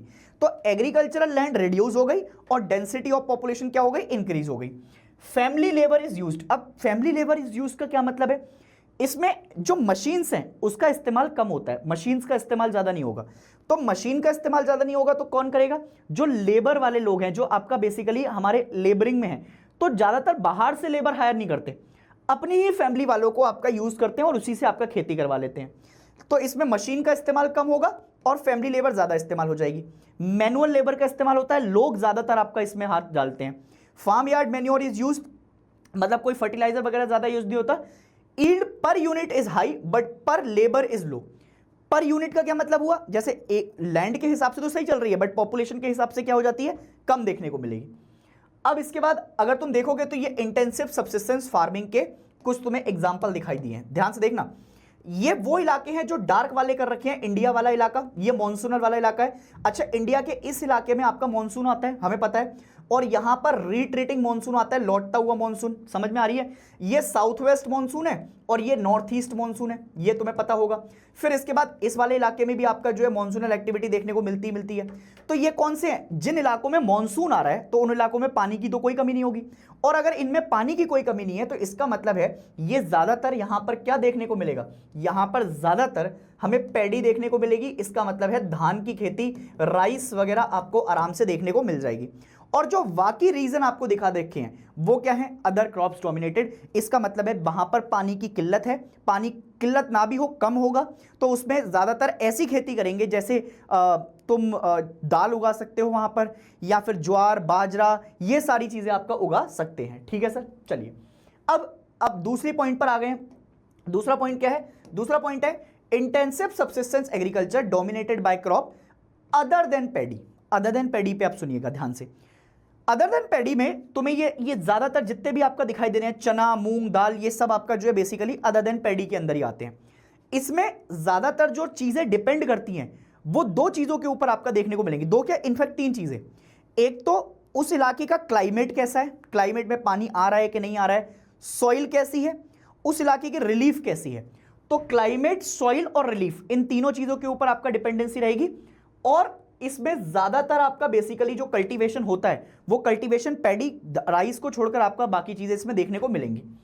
Mainly practised in south east Asia. South east Asia समझ गए, साउथ ईस्ट एशिया में बेसिकली हमारा इंडिया वगैरह वाले लोकेशन आ जाते हैं। अब अगर तुमने इसमें चावल नहीं उगाया तो तुम क्या उगा सकते हो, इसमें वीट उग सकती है, बार्ले उग सकती है, सोयाबीन आ सकती है, सोरघम आ सकती है, नॉर्थ ईस्ट चाइना आ सकती है, मंचूरिया आ सकता है, नॉर्थ कोरिया आ सकता है, नॉर्थ जापान आ सकता है। ये सारी चीजें आपका इसमें देखने को मिलेंगी। इंडिया में भी wheat is grown in western part of Ganga plain. उसका रीजन ये है कि वीट के लिए भी आपका पानी हमें ज्यादा अच्छा चाहिए, तो जो गंगा के प्लेन्स वाले इलाके हैं, गंगा के मैदानी क्षेत्र हैं, वहां पर पानी की अवेलेबिलिटी अच्छी है, इसलिए हम वहां पर आपका ज्यादातर गंगा के साथ साथ आपका वीट को उगाते हैं। और western Ghat of Ganga plain, most of the characteristics of this type of agriculture are similar to the dominated by wet paddy except the irrigation is often used. ज्यादातर बार बार आपका खेती ना कर थोड़ा टाइम देंगे, बाकी लगभग आपका बेसिकली फीचर्स इसके सेम दिखाई देंगे। Millets are grown in western parts of south India. अब ये क्यों, मिलेट्स मतलब मोटा अनाज होता है, क्योंकि वहां पर आपका बेसिकली पानी की थोड़ी सी आपका हमको दिक्कत रहेगी, और अगर दिक्कत रहेगी तो मिलेट्स का आपका इस्तेमाल करेंगे। इरिगेशन इज यूज्ड, इरिगेशन का क्या मतलब है, ज्यादातर इरिगेशन कर रहे हैं। अच्छा, एक और चीज, अब ये जो आगे मैं तुम्हें पढ़ाने वाला हूं इसी के अंदर, इसमें बहुत सारी चीजें तुमसे मैच द फॉलोइंग में पूछ सकते हैं। जैसे एग्जांपल के तौर पर अब हम प्लांटेशन एग्रीकल्चर की तरफ जाएंगे, तो प्लांटेशन एग्रीकल्चर सबसे पहले जो इंट्रोड्यूस किया था वो इंट्रोड्यूस किया था आपका यूरोपियंस ने। अब देखो सवाल हमारे बच्चे के अंदर, आपका दिमाग के अंदर क्या रहता है एग्रीकल्चर में, प्लांटेशन एग्रीकल्चर, हमारा बच्चा ये कहता है प्लांटेशन, प्लांटेशन का मतलब होता है, अब प्लांटेशन में मतलब हमारा बच्चा सीधे समझेगा पता है क्या, कि ऐसी चीज जो बेसिकली प्लांट से रिलेटेड है। अरे मूर्ख, प्लांटेशन मतलब आपका प्लांट्स ठीक है जिनकी हम आपका बेसिकली जैसे डंडे जैसी आपका लकड़ी जैसी आपका चीजें देखते हैं। जैसे एग्जांपल के तौर पर तुम आपका शुगर केन देखते हो, शुगर केन के अलावा आपका तुम जूट देख सकते हो, ठीक है। उसके अलावा तुम और आपका देखोगे प्लांटेशन में तो कॉफी देख सकते हो, कॉफी के अलावा आपका टी देख सकते हो, ये सब प्लांटेशन एग्रीकल्चर का पार्ट है। अब ज्यादातर इसमें अगर तुम देखोगे ना तो इसको यूरोपियंस लेकर आए थे। अब सवाल ये उठता है कि यूरोपियंस के दिमाग, हमारे बच्चे के दिमाग में ना यूरोपियन की एक इमेज बनी हुई है। यूरोपियन कोई पर्टिकुलर आपका कंट्री है, यूरोप पूरा एक कॉन्टिनेंट है मेरे भाई, और यूरोप के अंदर जितनी कंट्रीज हैं, जैसे आपका डच हो गए, डच के अलावा आपका पोर्टुगीज हो गए, पोर्टुगीज के अलावा आपका भाई साहब आपके पास कौन हो गया, पोर्टुगीज के अलावा आपके पास ब्रिटिशर्स हो गए, और ब्रिटिशर्स के अलावा आपके पास कौन हो गए, ब्रिटिशर्स के अलावा आपके पास और फ्रेंच हो गए। तो ये सब क्या हैं, अगर तुमसे आपका पूछे कल को कि फ्रेंच क्या है तो फ्रेंच यूरोपियन है, पोर्टुगीज क्या है, यूरोपियन है, ब्रिटिश क्या है, यूरोपियन है, डच क्या है, यूरोपियन से। तो ये क्या है, ये एक तरीके से आपका यूरोपियन की नींव रख रहे हैं। तो अगर तुम प्लांटेशन एग्रीकल्चर में देखोगे, as mentioned above was introduced by the Europeans in colonial या colonies situated in the tropics. जब उन्होंने अपनी कॉलोनीज बनानी शुरू की तो जो ट्रॉपिक्स वाले इलाके थे उसमें उन्होंने अपने आप को आपका इस्तेमाल करना शुरू किया। Some of the important plantation crops are tea, coffee, cocoa, rubber, cotton, oil palm, sugarcane, bananas, pineapple. ये सारे क्या है, ये सारे आपका प्लांटेशन एग्रीकल्चर का पार्ट है। इसके कैरेक्टरिस्टिक्स की तरफ जाओगे तो बहुत इंपॉर्टेंट से सुनना, मैं फिर से कह रहा हूं, वेरी वेरी इंपॉर्टेंट। जब यहां से आपका क्वेश्चन बनना चाहिए तो बनेगा ही बनेगा। Characteristics of features of this type of farming are, सबसे पहले तो लार्ज स्टेट ऑफ प्लांटेशन, बड़ा इलाका चाहिए, बड़े इलाके में आपको देखने को मिलेगा। अगर बड़ा इलाका चाहिए, लैंड इलाका ज्यादा है, एग्रीकल्चर लैंड ज्यादा है, तो जमीन खरीदने के लिए पैसा भी होना चाहिए, और अगर पैसा होगा तभी आपका जमीन खरीद पाएंगे, तो इसका मतलब है कैपिटल इन्वेस्टमेंट भी ज्यादा होगा, मतलब पूंजी ज्यादा लगानी पड़ेगी, तो लार्ज कैपिटल इन्वेस्टमेंट। तीसरी चीज, अगर मेरे पास जमीन बहुत ज्यादा बड़ी है तो अकेला आदमी उसको मैनेज कर ले, इतनी बड़ी तो आपका हैसियत होती नहीं है, और उतनी बड़ी लैंड के ऊपर मैं कुछ उगा रहा हूं, मान लो मुझे आपका बेसिकली शुगर केन करनी है, तो शुगर केन में आपका बेसिकली कीड़ा भी लग सकता है या कुछ और भी हो सकता है, बीमारी हो सकती है, तो उन चीजों को मैनेज करने के लिए मुझे मैनेजरियल पोजीशन चाहिए, तो मैनेजरियल भी पोजीशन आएगी। और अगर मैनेजरियल पोजीशन है तो मुझे जो टेक्निकल सपोर्ट लगेगी, उसमें कौन सा फर्टिलाइजर डलना चाहिए, कौन से समय पर आपका फर्टिलाइजर डलेगा, कितना डलेगा मात्रा में, तो वो टेक्निकल सपोर्ट भी रिक्वायर रहेगी। और उसके साथ साथ आपके साइंटिफिक मेथड इस्तेमाल करेंगे। उसके बाद सिंगल क्रॉप स्पेशलाइजेशन। अब ये जो प्लांटेशन एग्रीकल्चर है, अगर इतने बड़े फील्ड में मैं मशीन्स का इस्तेमाल करता तो अंग्रेजों का तो दिवाला निकलना तय था, ये बात तो पक्की थी। पैसा तो उनके पास बहुत था, पर इतना पैसा लगाते तो फिर तो आपका कैसे को, अगर मान लो कोई क्रॉप फेल हो गई तो दिक्कत में आ जाते वो।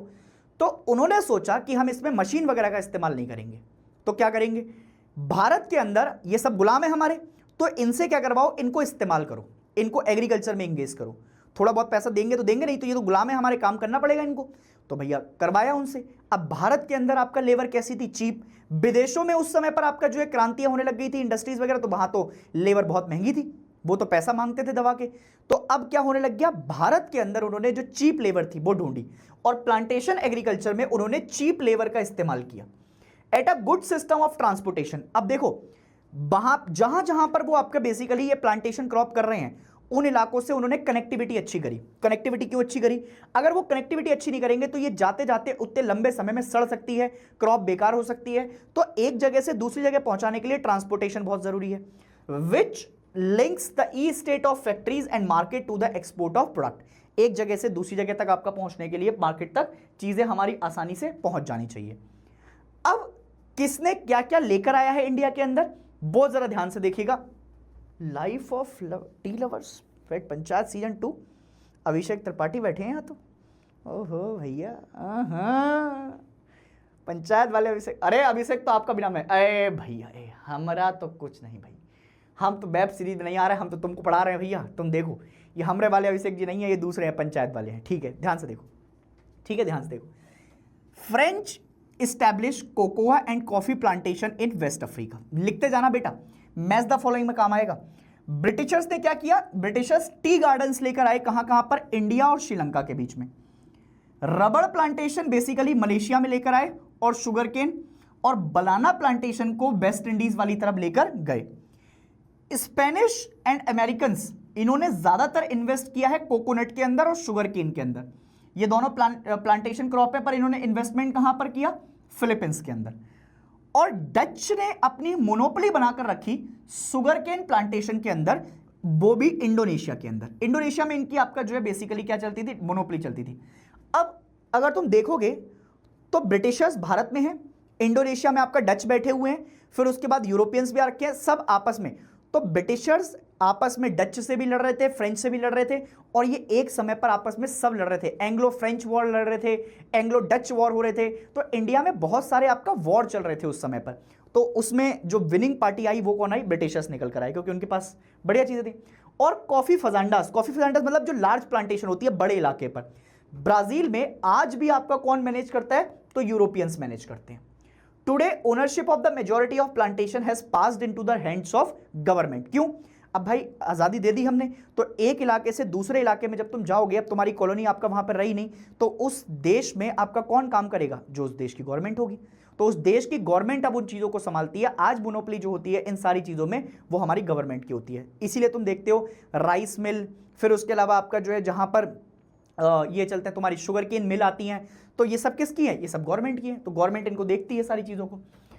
उसके बाद फ्रेंच ने क्या किया? French establish cocoa and coffee in the West Africa, Britishers set up tea gardens. ये एक्चुअली में एक तरीके से तुम्हारे शॉर्ट नोट्स हो गए।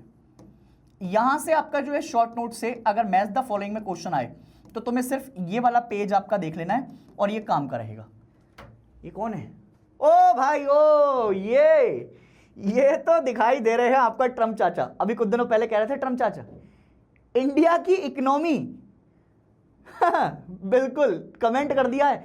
तो मुझे बताना कमेंट सेक्शन में कि क्या कह रहे थे ट्रम्प चाचा, जिस पर राहुल गांधी ने अभी आपका भाई साहब बहुत कुछ बोला है कि ट्रम्प बिल्कुल सही कह रहे हैं। दूसरे देशों में यूएसए ने टैरिफ लगाया, जैसे ही टैरिफ लगाया, चाइना में लगाया, रशिया वगैरह के ऊपर लगाया, तो वो भाई साहब बहुत विरोध में आ गए। और हमारे यहां भाई साहब टैरिफ लगाते ही हमारे तो राहुल गांधी ने कह दिया कि ट्रम्प चाचा सही है, वो सही कह रहे हैं कि भारत की इकोनॉमी कैसी इकोनॉमी है, बताना मुझे कमेंट सेक्शन में, ठीक है। तो इस इकोनॉमी को अगर देखोगे तो ट्रम्प चाचा को मैं इसीलिए लेकर आया हूं, ट्रम्प चाचा अपनी इकोनॉमी आपका जो है देखें, नहीं तो हमारे यहाँ तो भाई साहब गन्ने का जूस निकलवा देते हैं, है ना। ठीक है, चलो, तो ये बातें आपका तुम्हारे यहाँ क्या हो जाएंगी? इंपॉर्टेंट हो जाएंगी। अब क्या चलते हैं? अब चलते हैं एक्सटेंसिव कमर्शियल ग्रेन कल्टीवेशन के ऊपर। एक्सटेंसिव कमर्शियल ग्रेन कल्टीवेशन ज्यादातर जो प्रैक्टिस की जाती है वो सेमी एरिड इलाकों में की जाती है। एक तो होते हैं एरिड और एक होते हैं सेमी एरिड। एरिड मतलब बिल्कुल एकदम बंजर जमीन टाइप आपको हो जाती है, जैसे जैसलमेर वगैरह वाली साइड जाओगे तुम तो, है ना।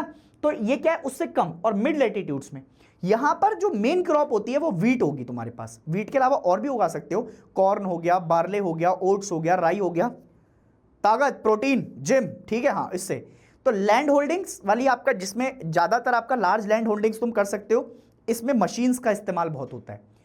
तो जो पर हेक्टेयर पर एकड़ पे तुम आपका बेसिकली प्रोडक्टिविटी देखते हो वो तो कंपैरेटिवली कम रहेगी, एंड ईल्ड जो पर पर्सन ईल्ड देखोगे वो आपकी हाई देखने को मिलेगी। अब पता है तुम्हें, ये बड़ी इंपॉर्टेंट बात है, तुम मुझे कमेंट सेक्शन में लिख के बताना। ऐसा देखो, कैसा देखो, एक तो है तुम्हारे पास प्रेरीज, ठीक है, एक तो है तुम्हारे पास प्रेरीज।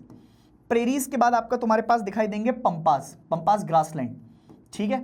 फिर आपके पास तुम्हारे पास दिखाई देंगे वेल्ट्स, वेल्ट्स के बाद आपका तुम्हारे पास दिखाई देंगे डॉन, ठीक है। ये वाला डॉन नहीं है, डॉन है, इन्होंने तो डॉन कर दिया। फिर उसके बाद दिखाई देंगे तुम्हें कैंटावेरी प्लेन्स, कैंटावेरी प्लेन्स। ये सब क्या है पता है तुम्हें? ये सब के सब जो तुम्हारे पास आपका दे रखे हैं ये ग्रासलैंड है।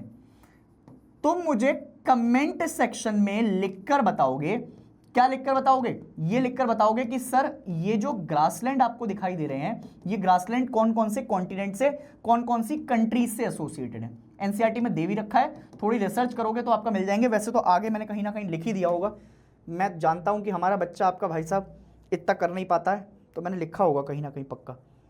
फिर भी मतलब हाँ, मैं लिख देता हूँ, मैं शरीफ आदमी हूँ ना, मुझे पता है कि हमारा बच्चा आपका फंस जाता है बेचारा। पर अगर मैंने नहीं लिखा होगा तो तुम ये प्लीज़ मुझे आपका बताना ज़रूर, ठीक है सर, ये ज़रूर बताना।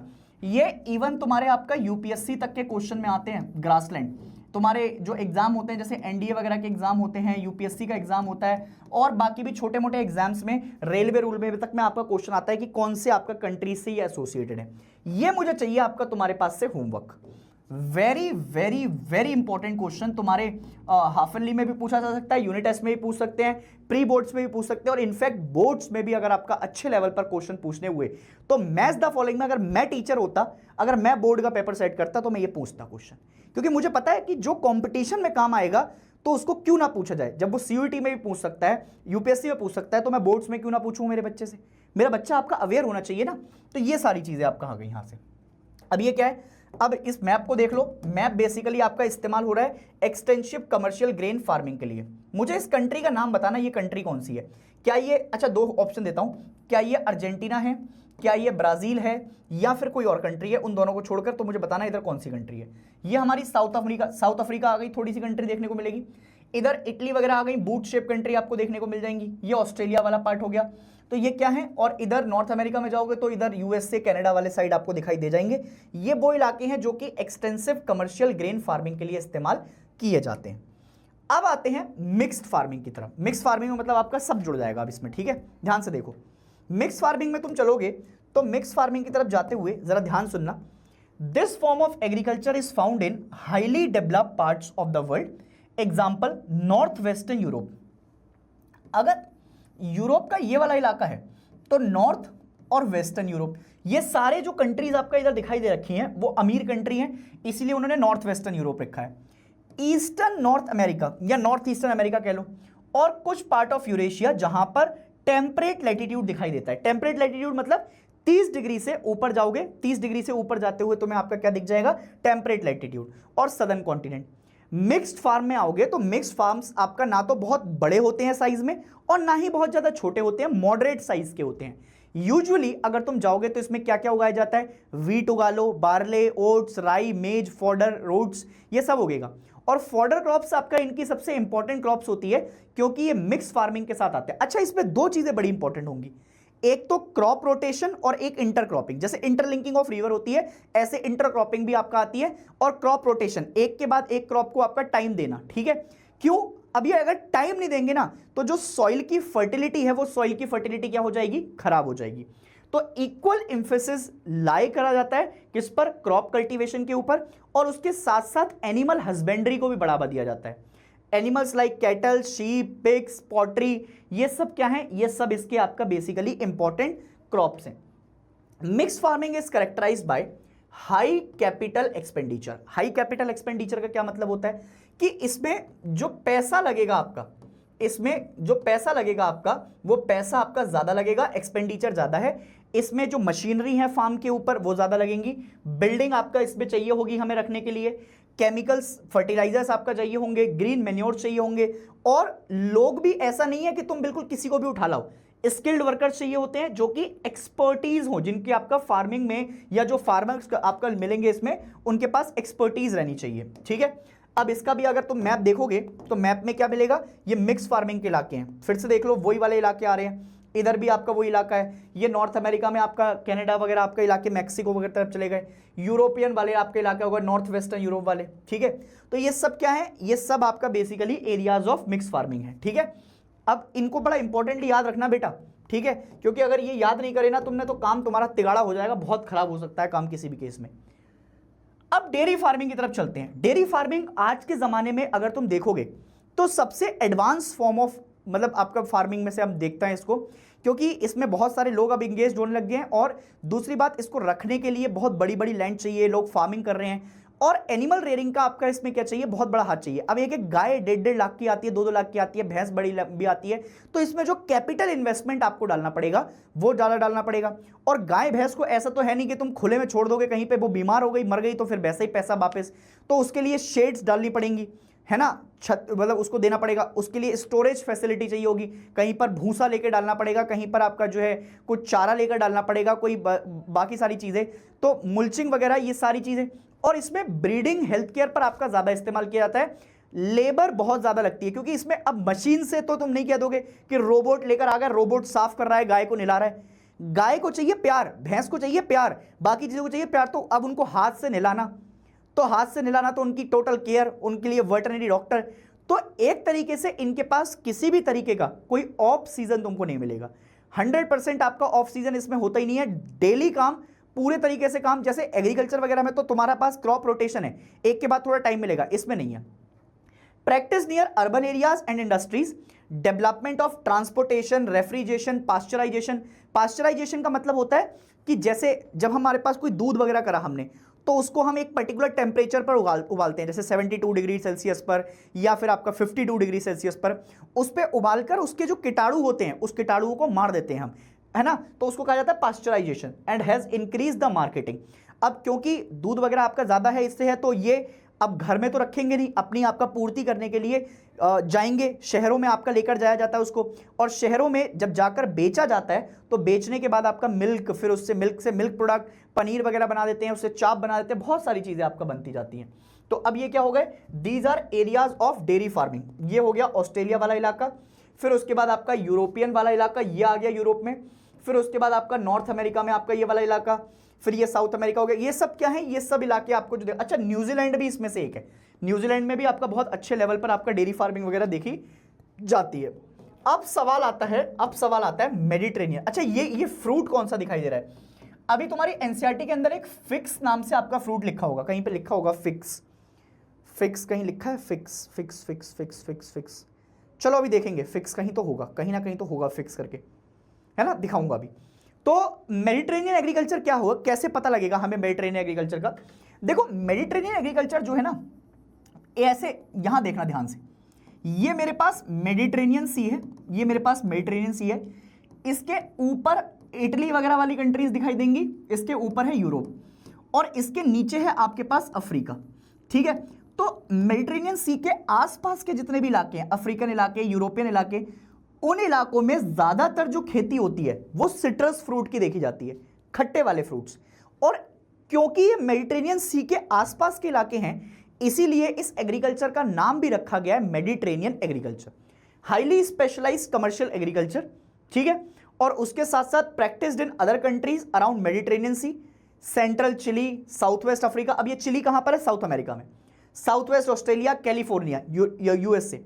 Important supplier of citrus fruit, ज्यादातर कौन सी खेती होगी? सिट्रस फ्रूट, खट्टे फ्रूट्स। विटिकल्चर भी इसी में आता है। विटिकल्चर क्या है? विटिकल्चर आपका ग्रेप्स की खेती।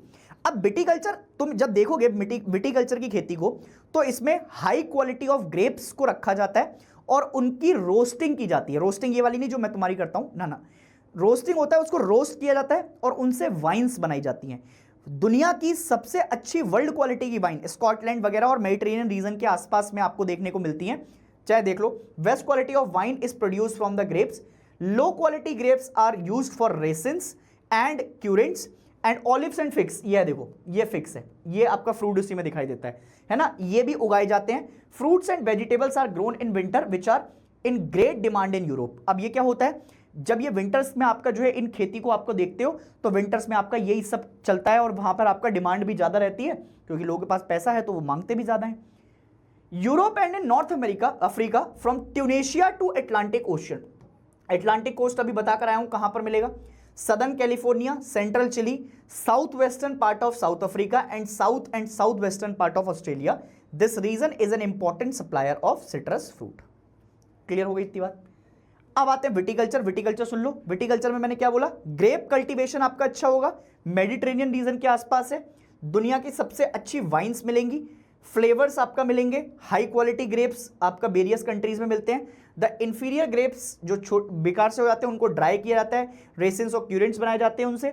और फिर region also produce olives and figs, ये अभी बता कर आया हूं।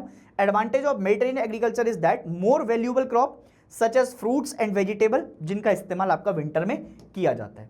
अब ये मेडिटेरेनियन एग्रीकल्चर में आपका देखो तो वाइनयार्ड्स दिखाई दे रहे हैं तुम्हें स्विट्जरलैंड में। अगर इंडिया में आपका तुम्हें वाइनयार्ड्स देखना है तो शूला वाइनयार्ड्स है। नासिक से तुम जब त्र्यंबकेश्वर वाली साइड जाते हो, नासिक से हाँ त्र्यंबकेश्वर वाली साइड जाते हो, तो बीच में एक शूला वाइनयार्ड्स पड़ता है, शूला वाइनयार्ड्स। वो इंडिया में लगभग तुम्हें ऐसी फीलिंग देगा, कभी जाना अगर वहां मौका मिले तो ये वाइनयार्ड है स्विट्जरलैंड में, और ये collection of grapes in the collective farms of Kazakhstan, ये आपको देखने को मिल रहा है। ठीक है, कलेक्टिव फार्मिंग वगैरह अभी अपन पढ़ेंगे, देखेंगे। ये market gardening and viticulture, horticulture की तरफ अपन आ गए हैं। अब अगर तुम मार्केट गार्डनिंग और हॉर्टिकल्चर को समझ रहे हो, हॉर्टिकल्चर मतलब वेजिटेबल्स, और जैसे तुमने आपका देखा होगा, तुम मुझे बताना, ट्यूलिप एक फूल होता है, ट्यूलिप के लिए कौन सी आपका कंट्री है? क्या वो नीदरलैंड है, क्या वो स्विट्जरलैंड है? कौन सी कंट्री में आपका बेसिकली ट्यूलिप की ज्यादा डिमांड है? इसी चैप्टर का पार्ट है, तभी पूछा है मैंने, है ना। तो ये भाई साहब आपका दिखाई दे रहे होंगे। वेजिटेबल, फ्रूट्स एंड फ्लावर्स आपका उगाए जाते हैं, फार्म्स आपका छोटे हो जाते हैं, और नियर बाय अर्बन के आपका आसपास इनको उगाया जाता है। क्यों? क्योंकि अर्बन इलाके में इनका बहुत तरीके से इस्तेमाल किया जा सकता है, नर्सरी के तौर पर, गार्डनिंग के तौर पर, घर में फूल, फिर मतलब वो आ जाता है वैलेंटाइन डे तो उस पर भी फूल दे जाते हैं, डेट पे जाते हैं तो फूल, क्योंकि अगर ये आसपास रखेंगे तो वहां से आपका ट्रांसपोर्टेशन अच्छा होगा और ट्रांसपोर्टेशन पहुंच पाएगी। ज्यादातर इसमें लेबर चाहिए होगी, इसीलिए कैपिटल इंटेंसिव होती है, लोग आपका पैसा ज्यादा लगाना पड़ता है इसमें। और इसके अलावा इरिगेशन का भी इस्तेमाल करेंगे, HYV seeds, high yield variety seeds, fertilisers and pesticides are used, green houses and artificial heating is used in the colder region, practised in north west Europe यहां पर, and in north east USA and Mediterranean region. Netherland is famous is growing for tulips. देखो आई गया, चलो लिखा ही हुआ उसने, मैंने पूछा भी था पर फिर वो आई गया लिखा, तो तुम्हें बताने की जरूरत नहीं पड़ेगी। ट्यूलिप फ्लावर्स के लिए, और region where vegetable is grown is called as truck farming. अब जरा ट्रक फार्मिंग का कंसेप्ट समझना। ये ट्रक फार्मिंग तुम्हें बताऊं मैं, यूपीएससी के एक एग्जाम में पूछा हुआ था 2023 में, उस एग्जाम में आया था ये कि ट्रक फार्मिंग क्या आपका क्या है। अब देखो ट्रक फार्मिंग क्यों कहा जाता है, देखो इसको, ऐसा नहीं है कि ट्रक के अंदर कर रहे हैं फार्मिंग, कल को आपका जो है वैन के अंदर कोई फार्मिंग तो वैन फार्मिंग। रातों रात किसी इलाके से और अर्बन इलाके तक आपका पहुंचाने के लिए इसका ट्रांसपोर्टेशन आपका बहुत अच्छा होता है। तो अगर मेरे पास ट्रक्स होंगे तो वो ट्रक्स क्या करते हैं, सामान को लेकर तुरंत आपका शहर की तरफ चले जाते हैं, जिससे आसानी से वो रातों रात आपका सामान पहुंच पाता है। और ज्यादातर इनके लिए आपका ट्रक्स वगैरह का इस्तेमाल हुआ करता था, तो इसको ट्रक्स अभी भी चलते हैं ये, इसीलिए इसको ट्रक फार्मिंग कहा जाता है। बहुत इंपॉर्टेंट है, ट्रक फार्मिंग से क्वेश्चन आ सकता है पेपर के अंदर, ठीक है। Region where farms specialise in vegetables only, ध्यान से इस पॉइंट को आपको याद रखना, ऐसा रीजन जहां पर फार्म हाउस सिर्फ और सिर्फ वेजिटेबल्स की बात करेंगे उनको ट्रक फार्मिंग से एसोसिएट करेंगे। Distance of truck farms from the market is governed by the distance that a truck can cover overnight, एक रात में आपका कर सकते हैं, ट्रक फार्मिंग कहते हैं। Addition of market gardening, modern development, industrial region of western Europe, North America is a factory farming, अब यहां पर आपका फैक्ट्री फार्मिंग ज्यादा देखने को मिल जाएगी। Livestock particularly poultry and cattle rearing is done in stalls and pens, fed and manufacturer fed stuff carefully supervised against the diseases। अब इनको जब किसी भी चीज़ को आपका बेसिकली मैन्युफैक्चरिंग वगैरह में देखते हैं तो क्या होता है उससे, तो उससे ज़्यादातर हम डिसीजेज वगैरह को बचाते हैं और डिसीज़ वगैरह को आपका कंट्रोल कर कर रखते हैं, है ना। इसको ज़्यादातर इन चीज़ों को देखने के लिए हैवी कैपिटल इन्वेस्टमेंट की जरूरत पड़ेगी, बिल्डिंग मशीनरीज, ज्यादातर ऑपरेशन के लिए वर्टनरी सर्विसेज। वर्टनरी सर्विसेज समझते हो क्या होता है, वर्टनरी मतलब आपका जो है जैसे जानवरों के लिए आपका जो चीजें होती हैं। अब अगर मान लो कोई पोल्ट्री फार्म मैंने बनाया है, ठंडा इलाका है, तो ठंडे इलाके के टाइम पर उसको हीट करने के लिए मुझे लाइटनिंग भी चाहिए होगी, हीटिंग के लिए आपका यूटेंसिल्स भी चाहिए होंगे। And one of the important feature of poultry farming and cattle rearing is breed selection and scientific breeding, ठीक है। Farming can also be categorise according to the farming organisation. Farming organization is affected by the way in which farmer own their farms and various policies of the government helps to these farmers। अब जितने भी poultry farms होते हैं, agriculture farms होते हैं, या फिर आपका फिशिंग होती है, उनके लिए गवर्नमेंट कुछ ना कुछ सब्सिडीज या कोई स्कीम्स निकालती रहती है टाइम टू टाइम पर, जिससे आपका इनको क्या मिलता है, फायदा मिलता है, और इन फार्मिंग को आपका जो है बेसिकली आगे जाकर चीजें अच्छे लेवल पर चलती रहती हैं, ठीक है। फैक्ट्री फार्म की अगर बात की जाए तो factory farming is very very important. एक बार तुम इसको आपका जो है लिख लो और मुझे कमेंट सेक्शन में बता दो क्या इतनी बात आपका तुम्हारे समझ में आ गई है, और आ गई है तो क्या हम आगे बढ़ सकते हैं, क्या हम आगे बढ़ सकते हैं, क्या हम आगे बढ़ सकते हैं। तो अब फैक्ट्री फार्मिंग के अगर तुम आपका बेसिकली देखोगे क्या क्या आपका इसके मतलब आपका एक तरीके से तुम देख सकते हो कि फैक्ट्री फार्मिंग के क्या क्या कैरेक्टरिस्टिक्स हैं, तो उनको जरा समझने की कोशिश करो। देखो फैक्ट्री फार्मिंग ज्यादातर आपका नॉर्थ वेस्टर्न यूरोप से एसोसिएटेड है, क्यों, पैसे वाली पार्टी है, पैसा चाहिए भैया, पैसा है तो इधर ही आपका मिलेगा। Poultry farming, live stock rearing, ये सब आपका उधर ही देखने को मिलेगा और फैक्ट्री फार्मिंग का पार्ट है। They are fed on factory fed stuff and carefully supervised against the diseases. ज्यादातर इनकी डिसीजेस वगैरह जो इनको बीमारी फैलती हैं उनको देखते रहते हैं, और जो फैक्ट्री से आपका फीड स्टफ आता है जो इनको चरवाने के लिए, जैसे तुम ये देख भी रहे हो, तो ये ज्यादातर आपका इन्हीं के ऊपर डिपेंडेंसी रहती है। कैपिटल इन्वेस्टमेंट ज़्यादा चाहिए, मशीन भी चाहिए, तो पैसा पूसा तो लगेगा। वर्टनरी सर्विसेज, हीटिंग, लाइटनिंग, ये कुछ आपका इनके क्या हो जाएंगे, ये इनके आपका बेसिकली फैक्ट्री के कैरेक्टरिस्टिक्स हो जाएंगे। अब आते हैं कोऑपरेटिव फार्मिंग पे। अब जरा ध्यान सुनो, मान लो एक सोसाइटी में 10 लोग रह रहे हैं, एक के पास ट्रैक्टर है, एक के पास आपका फर्टिलाइजर्स है, एक के पास पैसा है, एक के पास हल है, एक के पास कुछ है। अब अगर हर इंसान बाहर जाकर काम करेगा कि मुझे ट्रैक्टर दे दो, मुझे कुछ दे दो, मुझे कुछ दे दो, तो सबको पैसा ज़्यादा लग जाएगा, दिक्कतें हो जाएंगी, समस्या हो सकती है। तो इसलिए होता क्या है कि हम क्या करते हैं, हम बेसिकली कोऑपरेटिव फार्मिंग का एक कंसेप्ट लेकर आते हैं। इसको कॉलकोज मॉडल ऑफ फार्मिंग भी कहा जाता है। कहा जाता है क्या, कहा जाता है क्या? तो अगर इसे कॉलकोज मॉडल ऑफ फार्मिंग कहा जाता है तो ज़रा एक बार ध्यान से देखना वो किधर गया, करेक्टिव फार्मिंग। तो इसमें और इसमें क्या अंतर है, इसमें और इसमें क्या अंतर है बेटा? बच्चा यहीं पर कंफ्यूजन हो जाता है, यहीं पर कंफ्यूजन हो जाता है। पेपर में हमेशा डिफरेंस पूछेगा कोऑपरेटिव फार्मिंग और कलेक्टिव फार्मिंग के बीच में।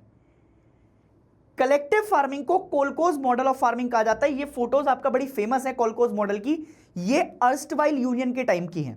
कब के टाइम की? Erstwhile union, erstwhile Soviet union in fact कहूं मैं तो, जब यूएसएसआर टूटा नहीं था, डिसइंटीग्रेट नहीं हुआ था, तो उस समय का जो आपका यूएसएसआर था, उस समय की जो आपका फार्मिंग थी वो कलेक्टिव फार्मिंग है। बच्चा हमारा कोऑपरेटिव फार्मिंग में कंफ्यूज हो जाता है, जैसे अभी मैंने तुम्हारे मजे लिए। कोऑपरेटिव फार्मिंग को कोलकोज मॉडल मत लिख कर आना, ये बड़ा बेसिक डिफरेंस है। 3 मार्क्स का क्वेश्चन आता है कोऑपरेटिव फार्मिंग और कलेक्टिव फार्मिंग के बीच में। Very very important, very very important for the board perspective. यहां पर क्या होता है, जो इंडिविजुअल फार्म होते हैं वो इनिशिएट रहते हैं, और जो रिसोर्सेज होते हैं उनका एक पूल जैसा होता है, उसमें से जिसको जो चाहिए वो आपस में आपका मिलकर एक दूसरे की मदद कर देते हैं, और कोऑपरेटिव इनिशिएटिव चलते हैं इसमें। सोसाइटीज जो होती हैं आपस में वो फार्मर्स की वो हेल्प करती हैं कि इनको जो एग्रीकल्चर इनपुट्स हैं या एग्रीकल्चर के जो आपका चीजें चाहिए वो सब मिलती जाए टाइम टू टाइम, और किसी तरीके की आपका इनको परेशानी ना हो। मान लो कोई इंसान आपका खरीदना ही चाह रहा है कि मुझे आपका हल खरीदना ही खरीदना है, मैं दूसरे के आपका काम से नहीं करूंगा, तो इनके पास ऐसी आपका सोसाइटी होती है, एक ऐसी ऑर्गेनाइजेशन होती है जिसमें बहुत सस्ते आपका सामान मिल जाते हैं। जैसे हमारी करोल बाग की मार्केट है दिल्ली के अंदर, तो अगर किसी को बाइक पार्ट्स चाहिए, पूरा मॉडर्नाइजेशन चाहिए, मॉडिफिकेशन चाहिए, तो वो करोल बाग चला जाता है, वहां पर सस्ते पार्ट्स मिल जाते हैं। तो इससे क्या होता है, इससे हेल्प हो जाती है। ये एक तरीके से आपका ग्रुप ऑफ गैदरिंग है। Societies help farmers in getting agriculture inputs, और टाइम टाइम पर आपका उनकी सॉइल की फर्टिलिटी वगैरह भी बताते रहते हैं। Products are the most favourable term, help in processing products at the cheaper rate. कहां कहां पर? डेनमार्क में बहुत बड़े लेवल पर होता है, और डेनमार्क से आपका जो है बहुत ज्यादा वायरल भी हुई है कोऑपरेटिव फार्मिंग। नीदरलैंड हो गया, बेल्जियम हो गया, स्वीडन, इटली, यहां पर सब में कोऑपरेटिव फार्मिंग होती है। पहले डेनमार्क का बहुत तगड़ा कंसेप्ट है आपका कोऑपरेटिव फार्मिंग का। कलेक्टिव फार्मिंग पे चलोगे तो इसको कोलकोज मॉडल ऑफ फार्मिंग भी कहा जाता है। Social ownership for means of production and labour, इसका मतलब है कि एक तरीके से आपका जैसे सरकारी काम होता है वैसे इसमें भी आ जाता है। कहां पर? अर्स्टवाइल यूनियन यूएसएसआर में आपका आया था। Farmer pools and resources like livestock, labour, small land is allowed to retain of their own to grow to their own crops, yearly target are fixed by the government, कि मतलब इतना इतना आपका तुम्हें करना है। Government fix the products rate, मतलब जैसे तुम एमएसपी देखते हो ना, मिनिमम सपोर्ट प्राइस, तो इसमें गवर्नमेंट की तरफ से आपका जो है बेसिकली डिसाइड किया जाता है कि इस क्रॉप का कितना प्राइस दिया जाएगा। Excess produce is distributed among the farmer and the farmer have to pay taxes for their own land. Members are paid according to their nature of work and exceptional work is rewarded by the government. ठीक है sir. इसके बाद अब आते हैं mining पर। Mining अगर आप देखेंगे तो पुराने जमाने से चली हुई आ रही है हमारे साथ, बहुत पुराने समय से चलती हुई आ रही है। इसकी बहुत सारी स्टेजेस भी हैं, stages of mineral, copper age, फिर ब्रॉन्ज एज, फिर आयरन एज। तुम देखते हुए आ रहे हो ना, जब आयरन की खोज हुई तो उसको आयरन एज कहा गया, कॉपर की खोज हुई तो उसको कॉपर, फिर मिनरल्स के ऐसे ऐसे एसोसिएशन निकालते गए। तो एक्चुअल डेवलपमेंट जो स्टार्ट हुआ है वो बेसिकली इंडस्ट्रियलाइजेशन के टाइम से शुरू हुआ, जब दुनिया भर में अलग अलग लेवल पर आपका इंडस्ट्रियलाइजेशन हुआ। अमेरिकन इंडस्ट्रियलाइजेशन, फिर उधर यूरोपियन, फिर ऐसे ऐसे कर अलग अलग आपका इंडस्ट्रियलाइजेशन चलते गए। तो अब जो फैक्टर इसको अफेक्ट करते हैं उसमें फिजिकल फैक्टर आता है। जैसे एक तो सबसे पहले साइज हो गया, ग्रेड्स हो गए, mode of occurrence of minerals, ये सारी तरीके से हम ये मिनरल वाले चैप्टर में पढ़ेंगे भी, ferrous mineral, non ferrous minerals. Economic factors में आपका जो है mineral technology, availability, capital, labour और ट्रांसपोर्टेशन, ये सारी चीजों पे आपका दिक्कत मतलब हमको देखने को मिलती है। अब जो मेथड ऑफ माइनिंग है, मेथड ऑफ माइनिंग में it depends on the mode of occurrence, किस तरीके के आपका निकल कर आ रहे हैं। उसमें सबसे पहले है surface open cast mining. Surface का मतलब है बिल्कुल एकदम सतह पर मिल रहा है, हमें डीप माइनिंग नहीं करनी पड़ रही है, तो इसको ओपन कास्ट माइनिंग के नाम से भी जान दिया। सबसे इजीएस्ट और चीपेस्ट माइनिंग बिल्कुल सरफेस के पास मिल जाती है, तो लेबर को ज्यादा इसमें अंदर नहीं जाना पड़ता, बहुत ज्यादा टेक्नोलॉजी की आपका जरूरत नहीं पड़ती है, और ना ही बहुत ज्यादा आपका रिस्क का काम है। इसमें सेफ्टी प्रिकॉशन भी आपका कम लेने पड़ते हैं, इक्विपमेंट्स और आउटपुट जो लगते हैं वो कम लगते हैं, और क्लोजली बिल्कुल एकदम सरफेस के पास अवेलेबल हो जाता है। जबकि अगर तुम अंडरग्राउंड शिफ्टिंग कल्टीवेशन देखोगे तो इसको शेफ्ट माइनिंग के नाम से भी जानते हैं, इंटीरियर में जाना पड़ता है। तो अब पृथ्वी के अंदर जाते हुए हमें ऐसी आपका क्या लगानी पड़ती है, मशीनें, लेबर बहुत हाईली स्किल्ड चाहिए होती है, ये ऊपर से तोड़ रहे हैं तो किसी भी टाइम गिरने का डर होता है। तो अब ये वर्टिकल शेफ्ट माइनिंग है। वर्टिकल शेफ्ट क्यों कहते हैं, नीचे की तरफ ऐसे जाना पड़ता है हमें सीधे, अब ये किसी भी टाइम पर आपका गिर सकता है, तो इसके लिए क्या करते हैं, एक्सट्रैक्ट करने में भी दिक्कत है। ड्रिलिंग आपका चाहिए, बहुत नीचे जाकर आपका ड्रिल करते हैं, उसको लिफ्ट करेंगे, फिर उसको व्हीकल से आपका निकलवाते हैं, बहुत भारी मेटेरियल होंगे तो उसको निकालने में समय लगता है, तो रिस्की है। और कभी कभार आपका जो है अगर ऐसे गैसेस वगैरह वाले मिनरल्स होते हैं तो उसमें से गैस निकलती रहती है, उनको हजार्डियस भी होते हैं और लोग मर भी जाते हैं इनसे, तो कभी कभी उसमें आग भी लग जाती है, फिर ना फ्लड्स, केविंग्स, बहुत सारी आपका समस्याएं आती हैं। और दूसरी बात, इसमें इन्वेस्टमेंट बहुत बड़ा करना पड़ता है। तो develop countries are showing less interest, but developing countries इसमें ज्यादा इंटरेस्टेड है। उसका रीजन ये है कि डेवलपिंग कंट्रीज को अभी डेवलप कंट्री की तरफ जाना है, वो डेवलप कंट्री बनना है। डेवलप कंट्री ऑलरेडी ये काम कर चुके हैं, तो इसलिए अब उनको कोई दिक्कत नहीं है, पर डेवलपिंग कंट्रीज को अभी ये काम करना की जरूरत है, क्योंकि उनको अब आपका क्या करना है, डेवलपमेंट करना है। और डेवलपमेंट करने के लिए इंडस्ट्रियलाइजेशन से बढ़िया कुछ आपका हो ही नहीं सकता, तो इसीलिए शेफ्ट माइनिंग आपका यहां पर देखने को मिल जाती है। तो आई होप कि तुम्हें पूरा चैप्टर आपका समझ में आया होगा, मजे से तुमने आपका इसको एंजॉय भी किया होगा, और उम्मीद करता हूं कि इसके जो भी आपका क्वेश्चंस हैं वो तुम प्रैक्टिस करते चलोगे, और हम आगे भी प्रैक्टिस करेंगे। रुकना नहीं है, थमना नहीं है, जब तक तुम्हें खुद को नहीं पाना है। कहर मचाते रहो, पढ़ते रहो, मैं तुम्हारे साथ तब तक हूं जब तक तुम अपनी मंजिल को नहीं पा लेते। और अगर कोई बच्चा आपका जो है बेसिकली जुड़ना चाहता है तो वो टेलीग्राम चैनल भी ज्वाइन कर सकता है, नेक्स्ट टॉपर ह्यूमैनिटीज़ का 12th क्लास, जहां पर आपको PDF बहुत सारी चीज़ें आपका मिलती रहती हैं, क्लासेस के अपडेट मिलते रहते हैं। मैं मिलूंगा आपको एक और नए लेक्चर के साथ, तब तक के लिए अपना ध्यान रखिए। जय हिंद।